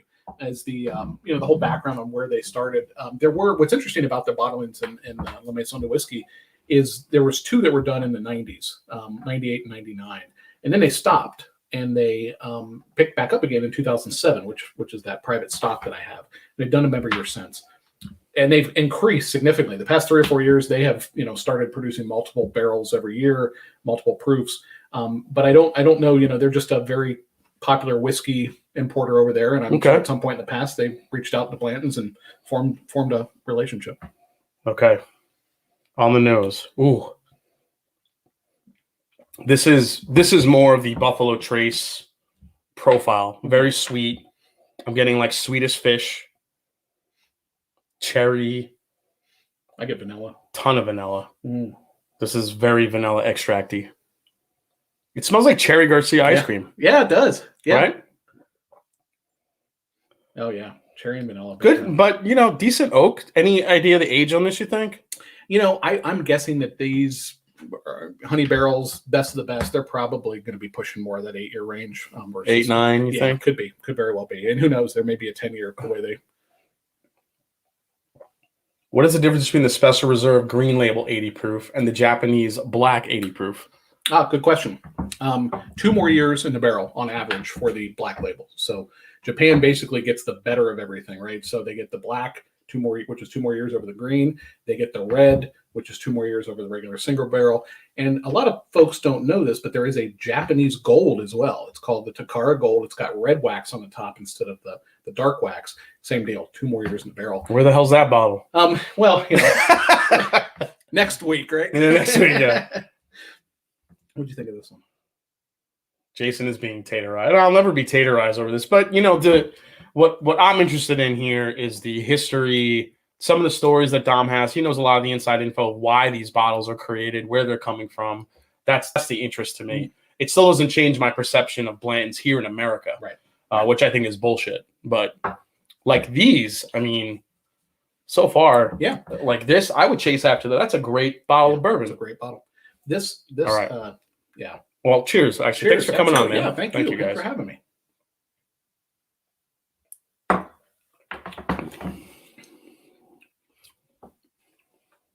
Not nearly as spicy as that 86. Not as sweet as this. Really, I'm getting a lot of spice on that. I got a big hit my nose. I got a big rich finish on that. Amy, boom! So much love, so many horsies. Cheers. Thank you. Japanese Gold is delicious, says Michael Puzan. Yes, it is. That's probably one of my favorites. One more for the win. We actually like Blanton's. Also, thanks again for doing a stream like this. It's very educational. Oh, absolutely. This is what I love to do. I love to get educated, and I love to educate you guys and everyone learn a little something. Takara Gold is delicious. How many trips have you done to Japan? Oh, it's been 5 or 6 now. So it's been. Do you bring an extra suitcase to bring back the Blanton's? Yeah, I used to for sure. Oh, you're that guy. Yeah, right. Yeah. I definitely. You go through customs and you wonder is this going to be an issue? But it's they don't think they care about that. So this has a little more spice. Right? This has more spice on it, definitely. One thing I'm getting in this that I don't think I've ever really gotten in a Blanton's because of how easy it is to drink is like a cinnamon red hot. Yes, it's very cinnamon. Very cinnamon forward. Man. So now I can vote right now. But it's still not as sweet though as that. No, one. that's why I like it better. This one here, this is before dinner. This is after dinner. Blanton's. Yeah. But I like it better. And I'm really digging that one. A lot of my friends pulled for this and said this was the better bottle of the ones they've tried. Well, it's because they want the candy. It's probably what they're used to. Yeah, exactly. And I get that. Yeah. This is pure maple syrup and pancakes in a bottle. Yeah. That's what the Polish like. This is a great stream. Oh, thank you so much, William. Appreciate it. Robotic. Where can I get that Dan Shook shirt you have on? Is that Dan right here with the gray hair already? Love my Blantons, says Kent Layton. There you go. Japanese gold versus U.S. gold 2020 release. Are they the same? No. So again, the Japanese is always going to be about 2 more years in the barrel. And there's pseudo confirmation out there from Buffalo Trace that potentially it's a slightly different mash build, even on the Japanese gold. Really? Yeah. And this is from an email from Buffalo Trace that was. Do you know if this is a different mash bill? You know, I don't know, but it makes you wonder what tricks they're playing because that has. Yeah. I'm getting a lot of rye spice on that. And that's got to be a higher than 12% rye. And what this is 100, well, I mean, it could be the proof. I mean, it's 110 proof. Let me zoom in on this one. This is the Maison De Whiskey bottle. There it is. Look at that. Look at that beauty. There you see 55%. You see the gold horse. Let me get the other side here. I actually like these really old school looking bottles. They're very kind of what's like the style. Let's go like very like 1920s. Yeah. Art Deco. That's what. Yeah, you're right. That has a very Art Deco. Very cool.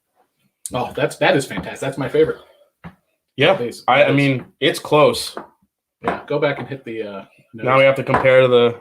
Oh, the 86. Oh, hang on. It's getting better. Hang on. Oh, Clint, send me if you're still out there. Send me more. Gold horse, red label, Tater just melted. Yeah, this is like Tater melting stuff. Very pretty golden donkey. Master Drum, can I be saved if I'm becoming a Buffalo Trace fanboy? I really enjoy H. Taylor and Eagle Rare, but I don't want to chase these bottles. Well, I mean, the best thing about that is in today's market, and you know, Kilco, you know how many friggin' bourbons and whiskeys there are these days. There's tons of variety. Yeah, I mean, you know, part of me, and I will say this, there's a part of me that just wants to like just completely boycott Buffalo Trace, just trying to find their stuff and chase it because it's gotten to a point where, you know, it's like, you know, I have the bottles that I have. There's bottles on the shelf that are easy to find, and I just want to sit and enjoy them. Not have to wait online or battle with, you know, these crazy bastards to try to get a bottle. There's a big part of me that wants to do that. You know, there are, you know, but me as a whiskey enthusiast and a whiskey fan, I'll always appreciate what Buffalo Trace does. But, you know, just the whole marketing and the chase and everything, just it's gotten really old. And, you know, but to experience these, you know, you're looking at these special releases overseas, and this is stuff we don't get to try here. It's like, why? Why can't we get this stuff? Yeah.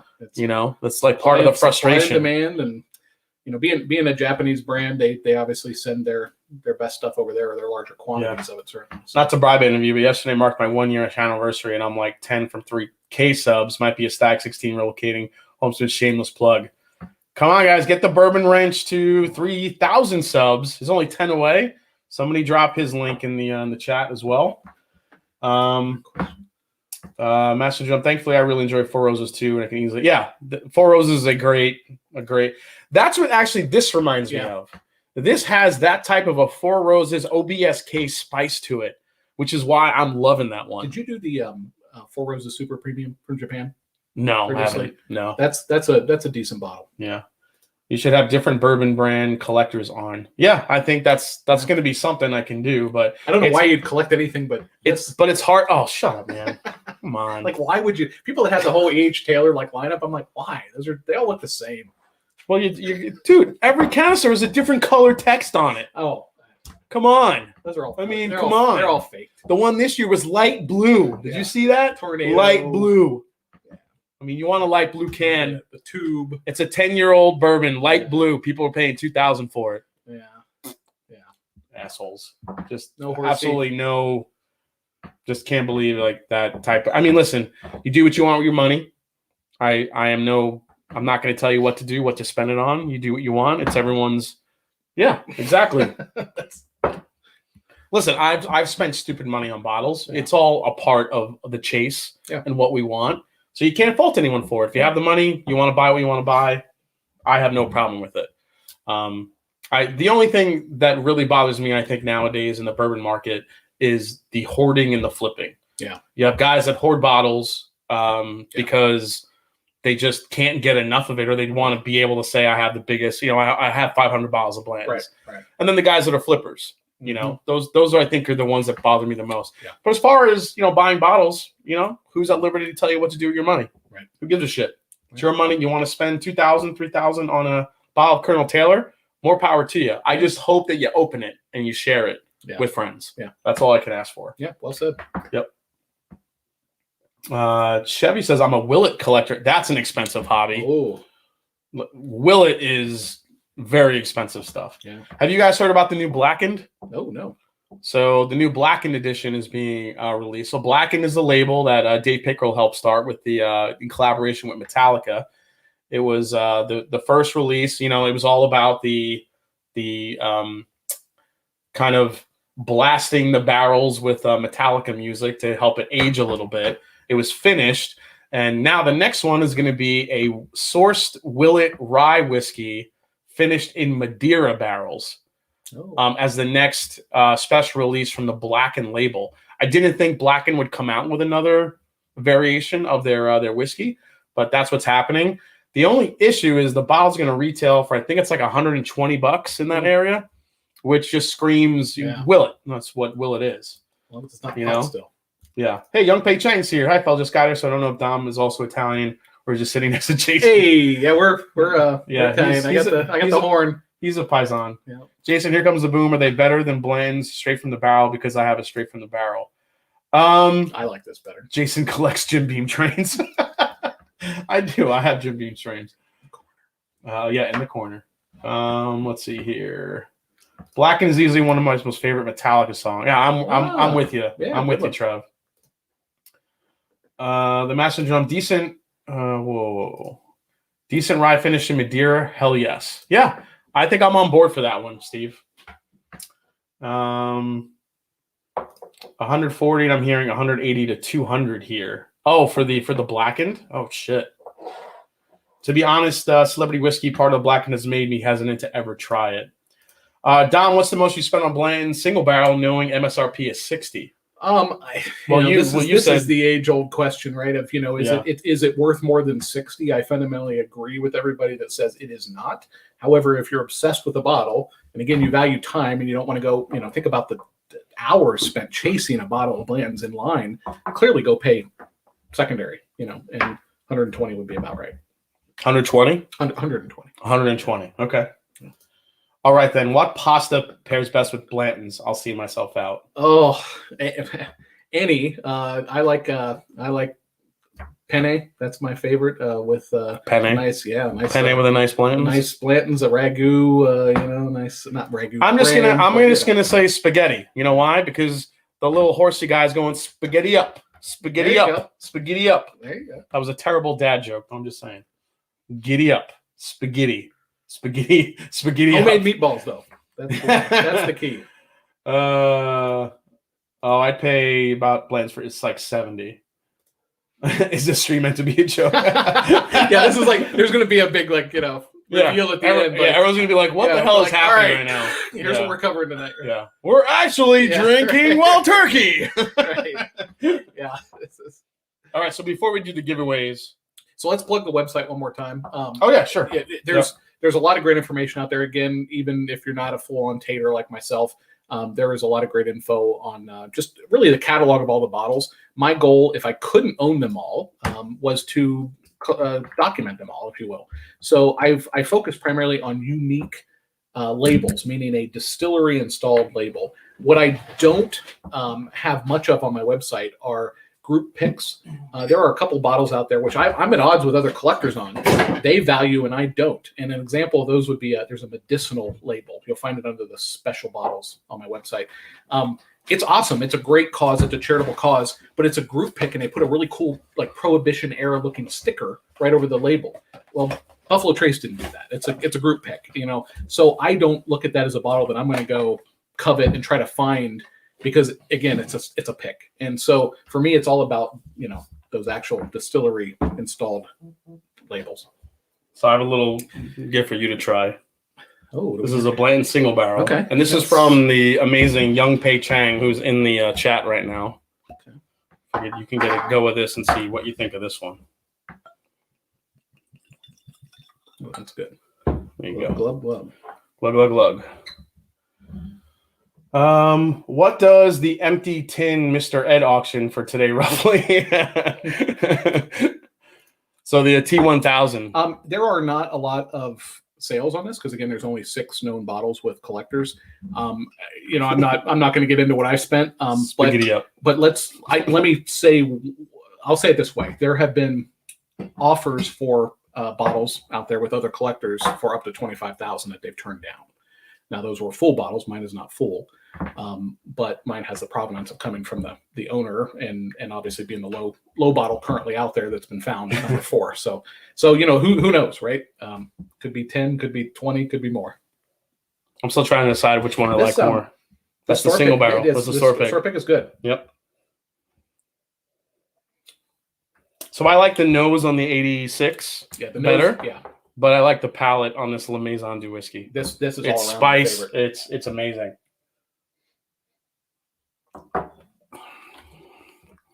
Yeah, I feel like this is a higher rye than normally is in Blanton's. It's got to be, because Mash Bill 12 is what, 12%? I don't know. Or Mash Bill 2, sorry. Yeah, they call it high rye, but it's really not high rye. There's much other high. I mean, we talked about Four Roses. They have 20 and 35. Yeah. That's high rye, not 12, 13. Yeah. Come on, Blanton's, get your shit together. I think they're doing all kind of crazy stuff down there. I think they've got barrels they're pulling out of, you know, corners to make these. Why did they give Blanton's a blank? Yeah, why do some Blanton's come with a bag and some don't? Is it just I think one of my collector friends could better answer this one, but as I recall, there is in every box, you know, a case of 6. They put 3 with a box, and I think 3 bags. So that not every bottle that comes in a case that goes to a liquor store comes with a bag and a box. So it's kind of a hit or miss if you get one. People covet those bags. Woo! They're you know, that's again one of the nuances of collecting. There's bag people. I did play golf with a guy that had one of them as his driver cover. Yeah. I was like, oh Jesus. Yeah, that's a bit. I'm like, only the good Lord would pair me with this guy. That's right. That's karma. If you don't believe that's in a real it. karma. Yeah. Woo. That's Yeah, this is fantastic. This Maison De Whiskey, I would pay good money for that. Yeah, that's really good. Yeah. Holy crap. That's the best bottle blends you've ever had. That's easily the best bottle blends. Even from my single barrel. Yeah. That's the best bottle I've ever had. The finish, I never thought I would experience a finish on a Blanton's like that's happening. Like what is happening right now from that. Right. Yeah. See? This is the ultimate Blanton's for me right here, guys. Now, if they all tasted like that, they were $60. You would line up. If they all tasted like this and were $60, I would have multiples. You would You'd be hoarding. Yeah, I might hoard. Yeah, and they all had it, but they would have to have the golden horsey on it. That's crazy. Yeah, that's fantastic. Let's see. Making a Blanton's blanket. Yes. Oh, contact me. I want one. Well, let's see here. By the way, for anybody out there on the chat, if you have questions for me later on, you can get to me right through my website. Contact me, and I'll be happy to chat with you or talk more about it. The unfortunate thing, Sal, is that these that's his website right there. Thanks for dropping that in, Richie Z. If you want to look up any of these bottles we're talking about tonight, or any of the have any questions, you can contact Dom through that site. The only issue is of like I said, if Bland's was like this all the time, it would totally be worth the 60 to 70, 80 bucks. That's fantastic. It's absolutely that's $100. This would be worth it. Yeah. But unfortunately, it's not. Tater, someone who sews Blanton bags together to use as a face mask. That's busting out my bedside Blantons for the stream. There you go, Travis. Travis has a Blantons that he keeps on his nightstand. Oh, right next perfect. To him. Yeah. Is that for like a true nightcap? Is that yeah, I guess so. I like it. Are certain years better than others? Oh yeah, for sure. I mean, but I don't know that it's so much the year. I mean, let me say it this way: 92s are considered to be early 90s coveted bottles. This is a 91, so I do think that in general certain years can be, but again, they're bottling it based on taste, right? It's not based strictly on age. So yeah, to me, I don't know if that matters so much as much as it does where it comes from in the warehouse. I think truly that rick is where it's going to matter most. So for me, the bottles that I've had that I thought were better than others have been the lower ricks. Really, for me, that's fascinating because they normally are saying that those honey barrels are the center higher floors. I mean, maybe I've had a higher, like a center one from a higher floor, but maybe it hasn't been center. Maybe it's been offset, because I have one that's a higher floor that's completely it's upstairs. It's undrinkable. Yeah, I just keep that up. Like I said, I had a 91 that was pour it in your car because it was like gasoline. It wasn't. There was nothing. Really? There was nothing good about it. This is significantly better. This 91, but yeah, it is hit or miss. But that's the beauty of a single barrel. And you talk about the history. I mean, they really were the first mass-produced single barrel. This is insane. That's so good. Man, why isn't all Blantons like that? It's Taterific. And I've never gotten such like a sweet candied orange on a Blantons before as I'm getting in that. Yeah. Yeah, this is phenomenal. I mean, guys, this is like creamsicle, vanilla, cherry, spice from front to back. It actually reminds me a little bit. Do I have a bottle here? Where is that? Grab that Remus 5 up there. The second. See the middle, right? No, go up. 3 over to the left. No, Remus. Yep, grab that. Got it. Grab that Remus. If it doesn't have a horse on it, I don't know. Yeah, I don't know what Dom doesn't know what a bottle without a horse looks like, so he's having a very hard time. Tell me what. Pour that. Okay. I'll tell you what it is once you pour it. Okay. Just try that.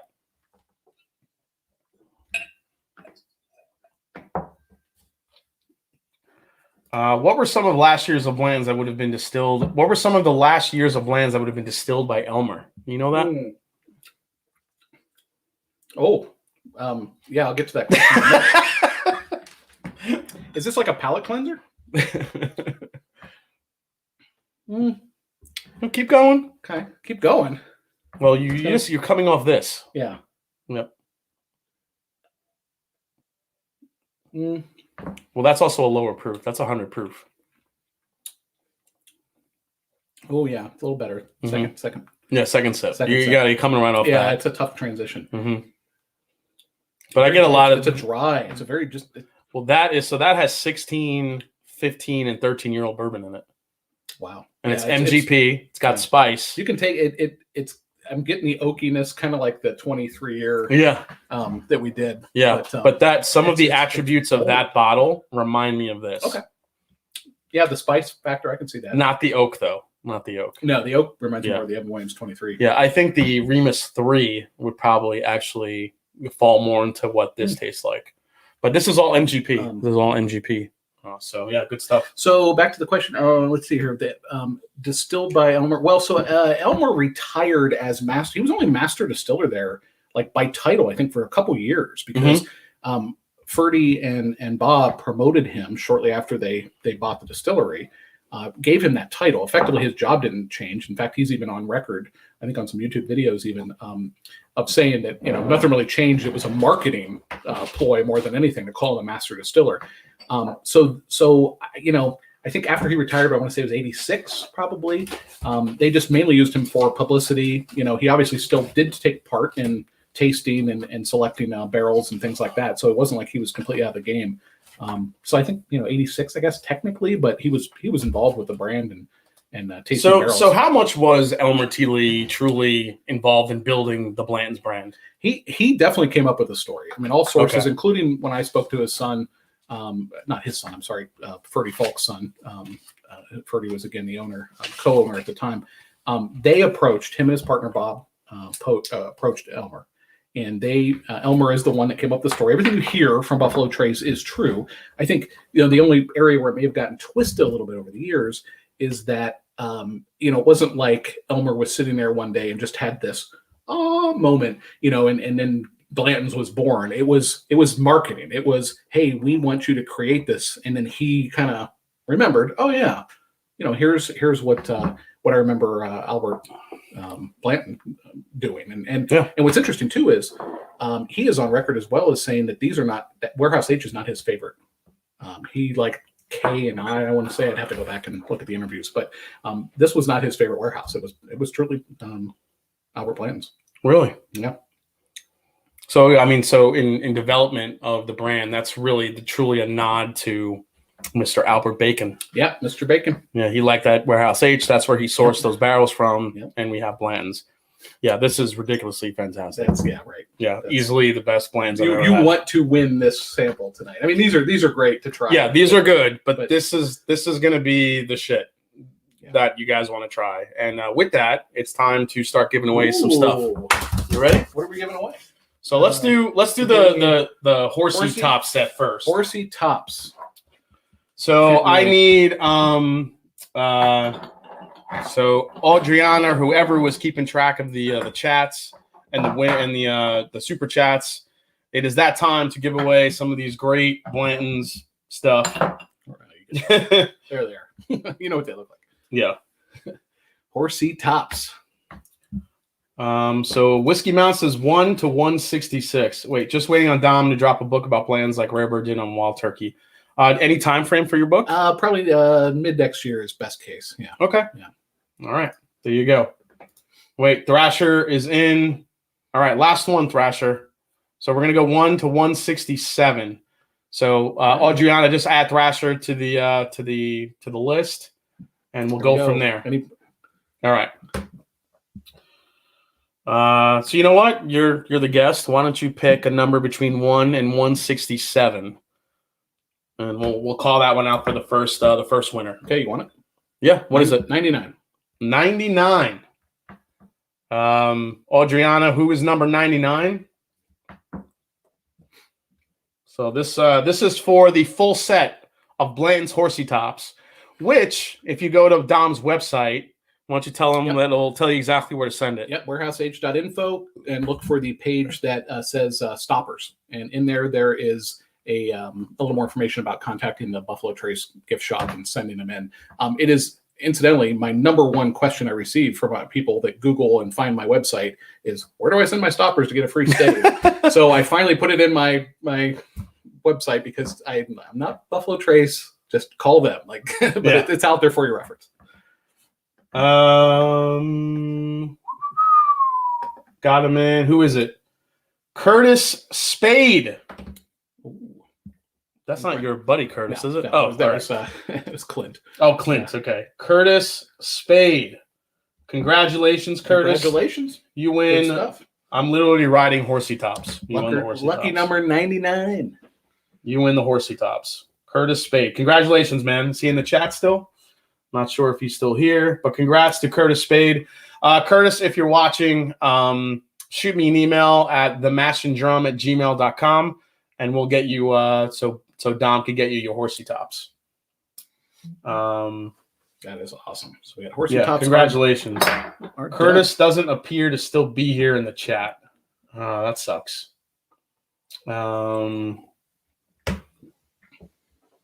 All right, well, we'll hold on to his if he watches the replay.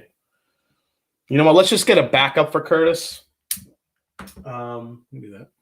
Yeah, let's just get a backup for Curtis because I want someone to win it. Okay. You want another number? Yeah, why don't you pick another number for her to grab? 23.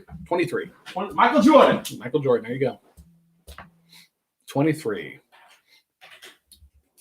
Jason's grabbing a pen. Yeah, that pen is his pen just died on him. All right. 23. All right, 23. Who's 23?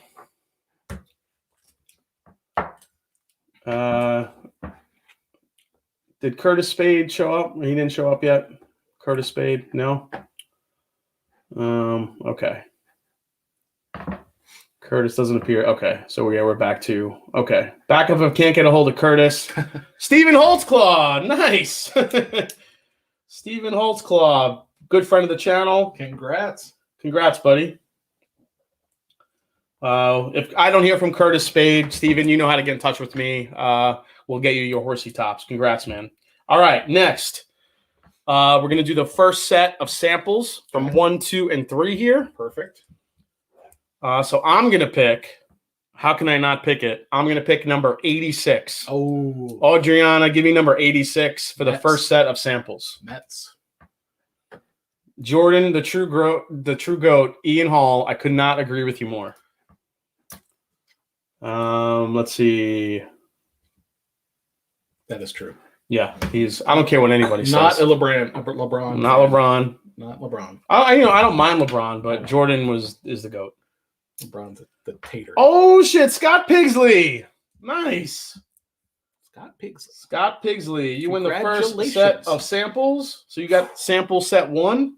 Dude, Scott. Yeah. Seriously. Yeah. Forget it. Yeah. That's sample set 1 goes to Scott Pigsley. Scott, definitely shoot me a message either on Discord or at the themashanddrum@gmail.com, and Dom can get you your samples. Yep. Hopefully Scott Pigsley is still here. Oh, there he is. Scott Pigsley says, hell yes, there he is. Congrats. All right, Scott, congrats, man.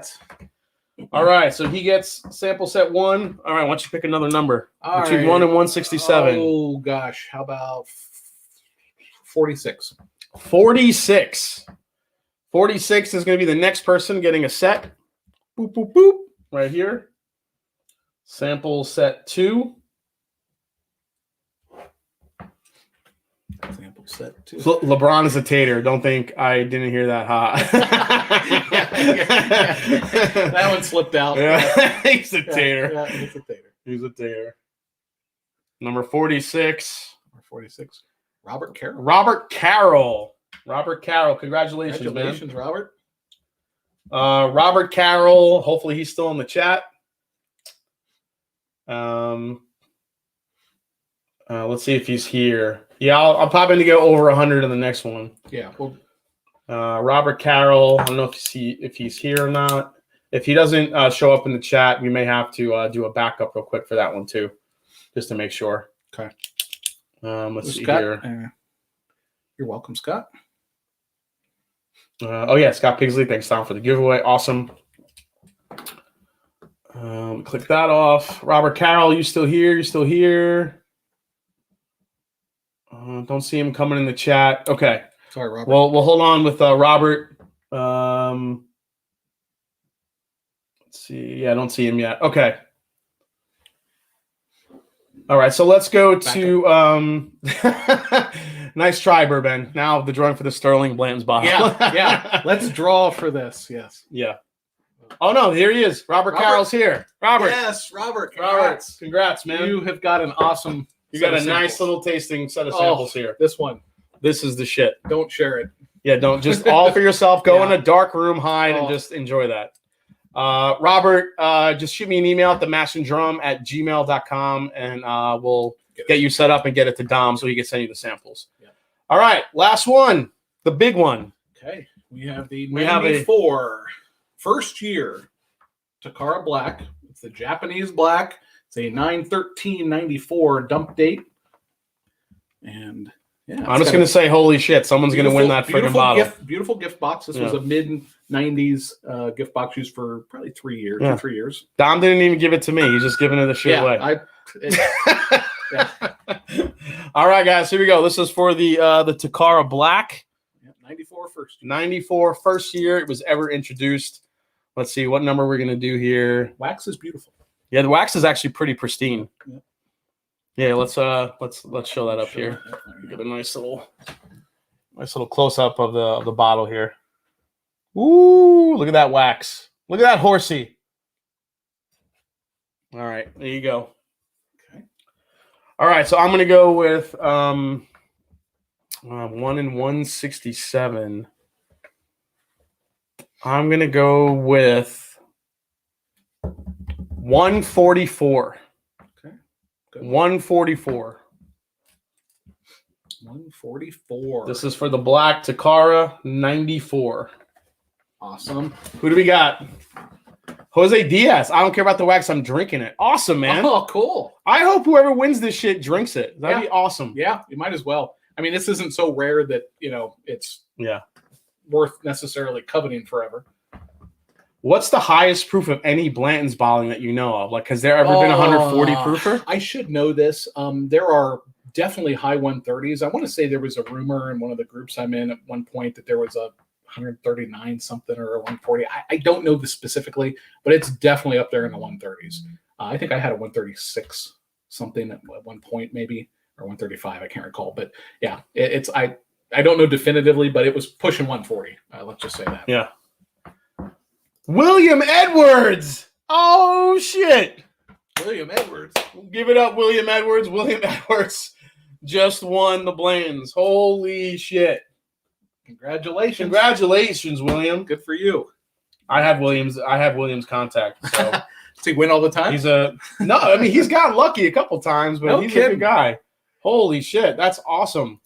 So tonight, guys, we gave away a set of horsey tops to Curtis Spade, backup Stephen Holtzclaw. Scott Pigsley's winning a sample set. Robert Cowell's winning a sample set. And William Edwards is winning the Black Takara 94. Holy shit. I got to say, Dom, I want to thank you so much for coming on and kind of schooling us on these Blantons that we probably we all have never would have seen. And thanks to you, a couple of lucky people in the chat get to not only taste this, but also we got to see it here live on the show. So I really appreciate it. No, I appreciate you having me on, and I should definitely thank all the friends and people that have got me into this. I mean, you know who you guys are out there: Sarah, Will, Clint with a K, Clint with a C, Trisha. There's numerous folks that have helped me out along the way. I'm a big tater in a sea full of other big taters. So, it's I'm not alone in this journey, and I don't profess to have all the knowledge. So, but hopefully I was able to help you guys out a little bit tonight and really enjoyed doing this. Absolutely. I really appreciate you for coming on. This has been an amazing tasting. I found the true Blantons that I would definitely want. Converted. I'm not converted. I just want that. That's all. Stop converting. And that Sterling bottle is gorgeous. That thing is ridiculous. I need to polish it up. Get it nice. Yeah, man, you got to get some nice turtle wax on that. A little wax on, wax off on that. That's right. So want to say thanks for everybody watching. Tune in tomorrow night as we pick we're going to be picking a Westland single barrel, some really interesting finishes, along with Scott from My Bourbon Journey and the Whiskey Crusaders. Mark 9/22 on your calendar. We're going to be doing a live with the Chris Fletcher and Lexi Phillips of Jack Daniels, both master distillers, coming on the channel live. Wow. So excited for that. And man, thank you so much again, Dom. Go hang out with Livewire Whiskey following this. They're going live, a little after party. And as I always say, it's not about the whiskey. It's the blends and the people you share it with. So cheers, man. I really appreciate you coming on. Taterific. Thank you, sir. Taterific. Cheers, everybody. Thanks. Take care, guys. See ya.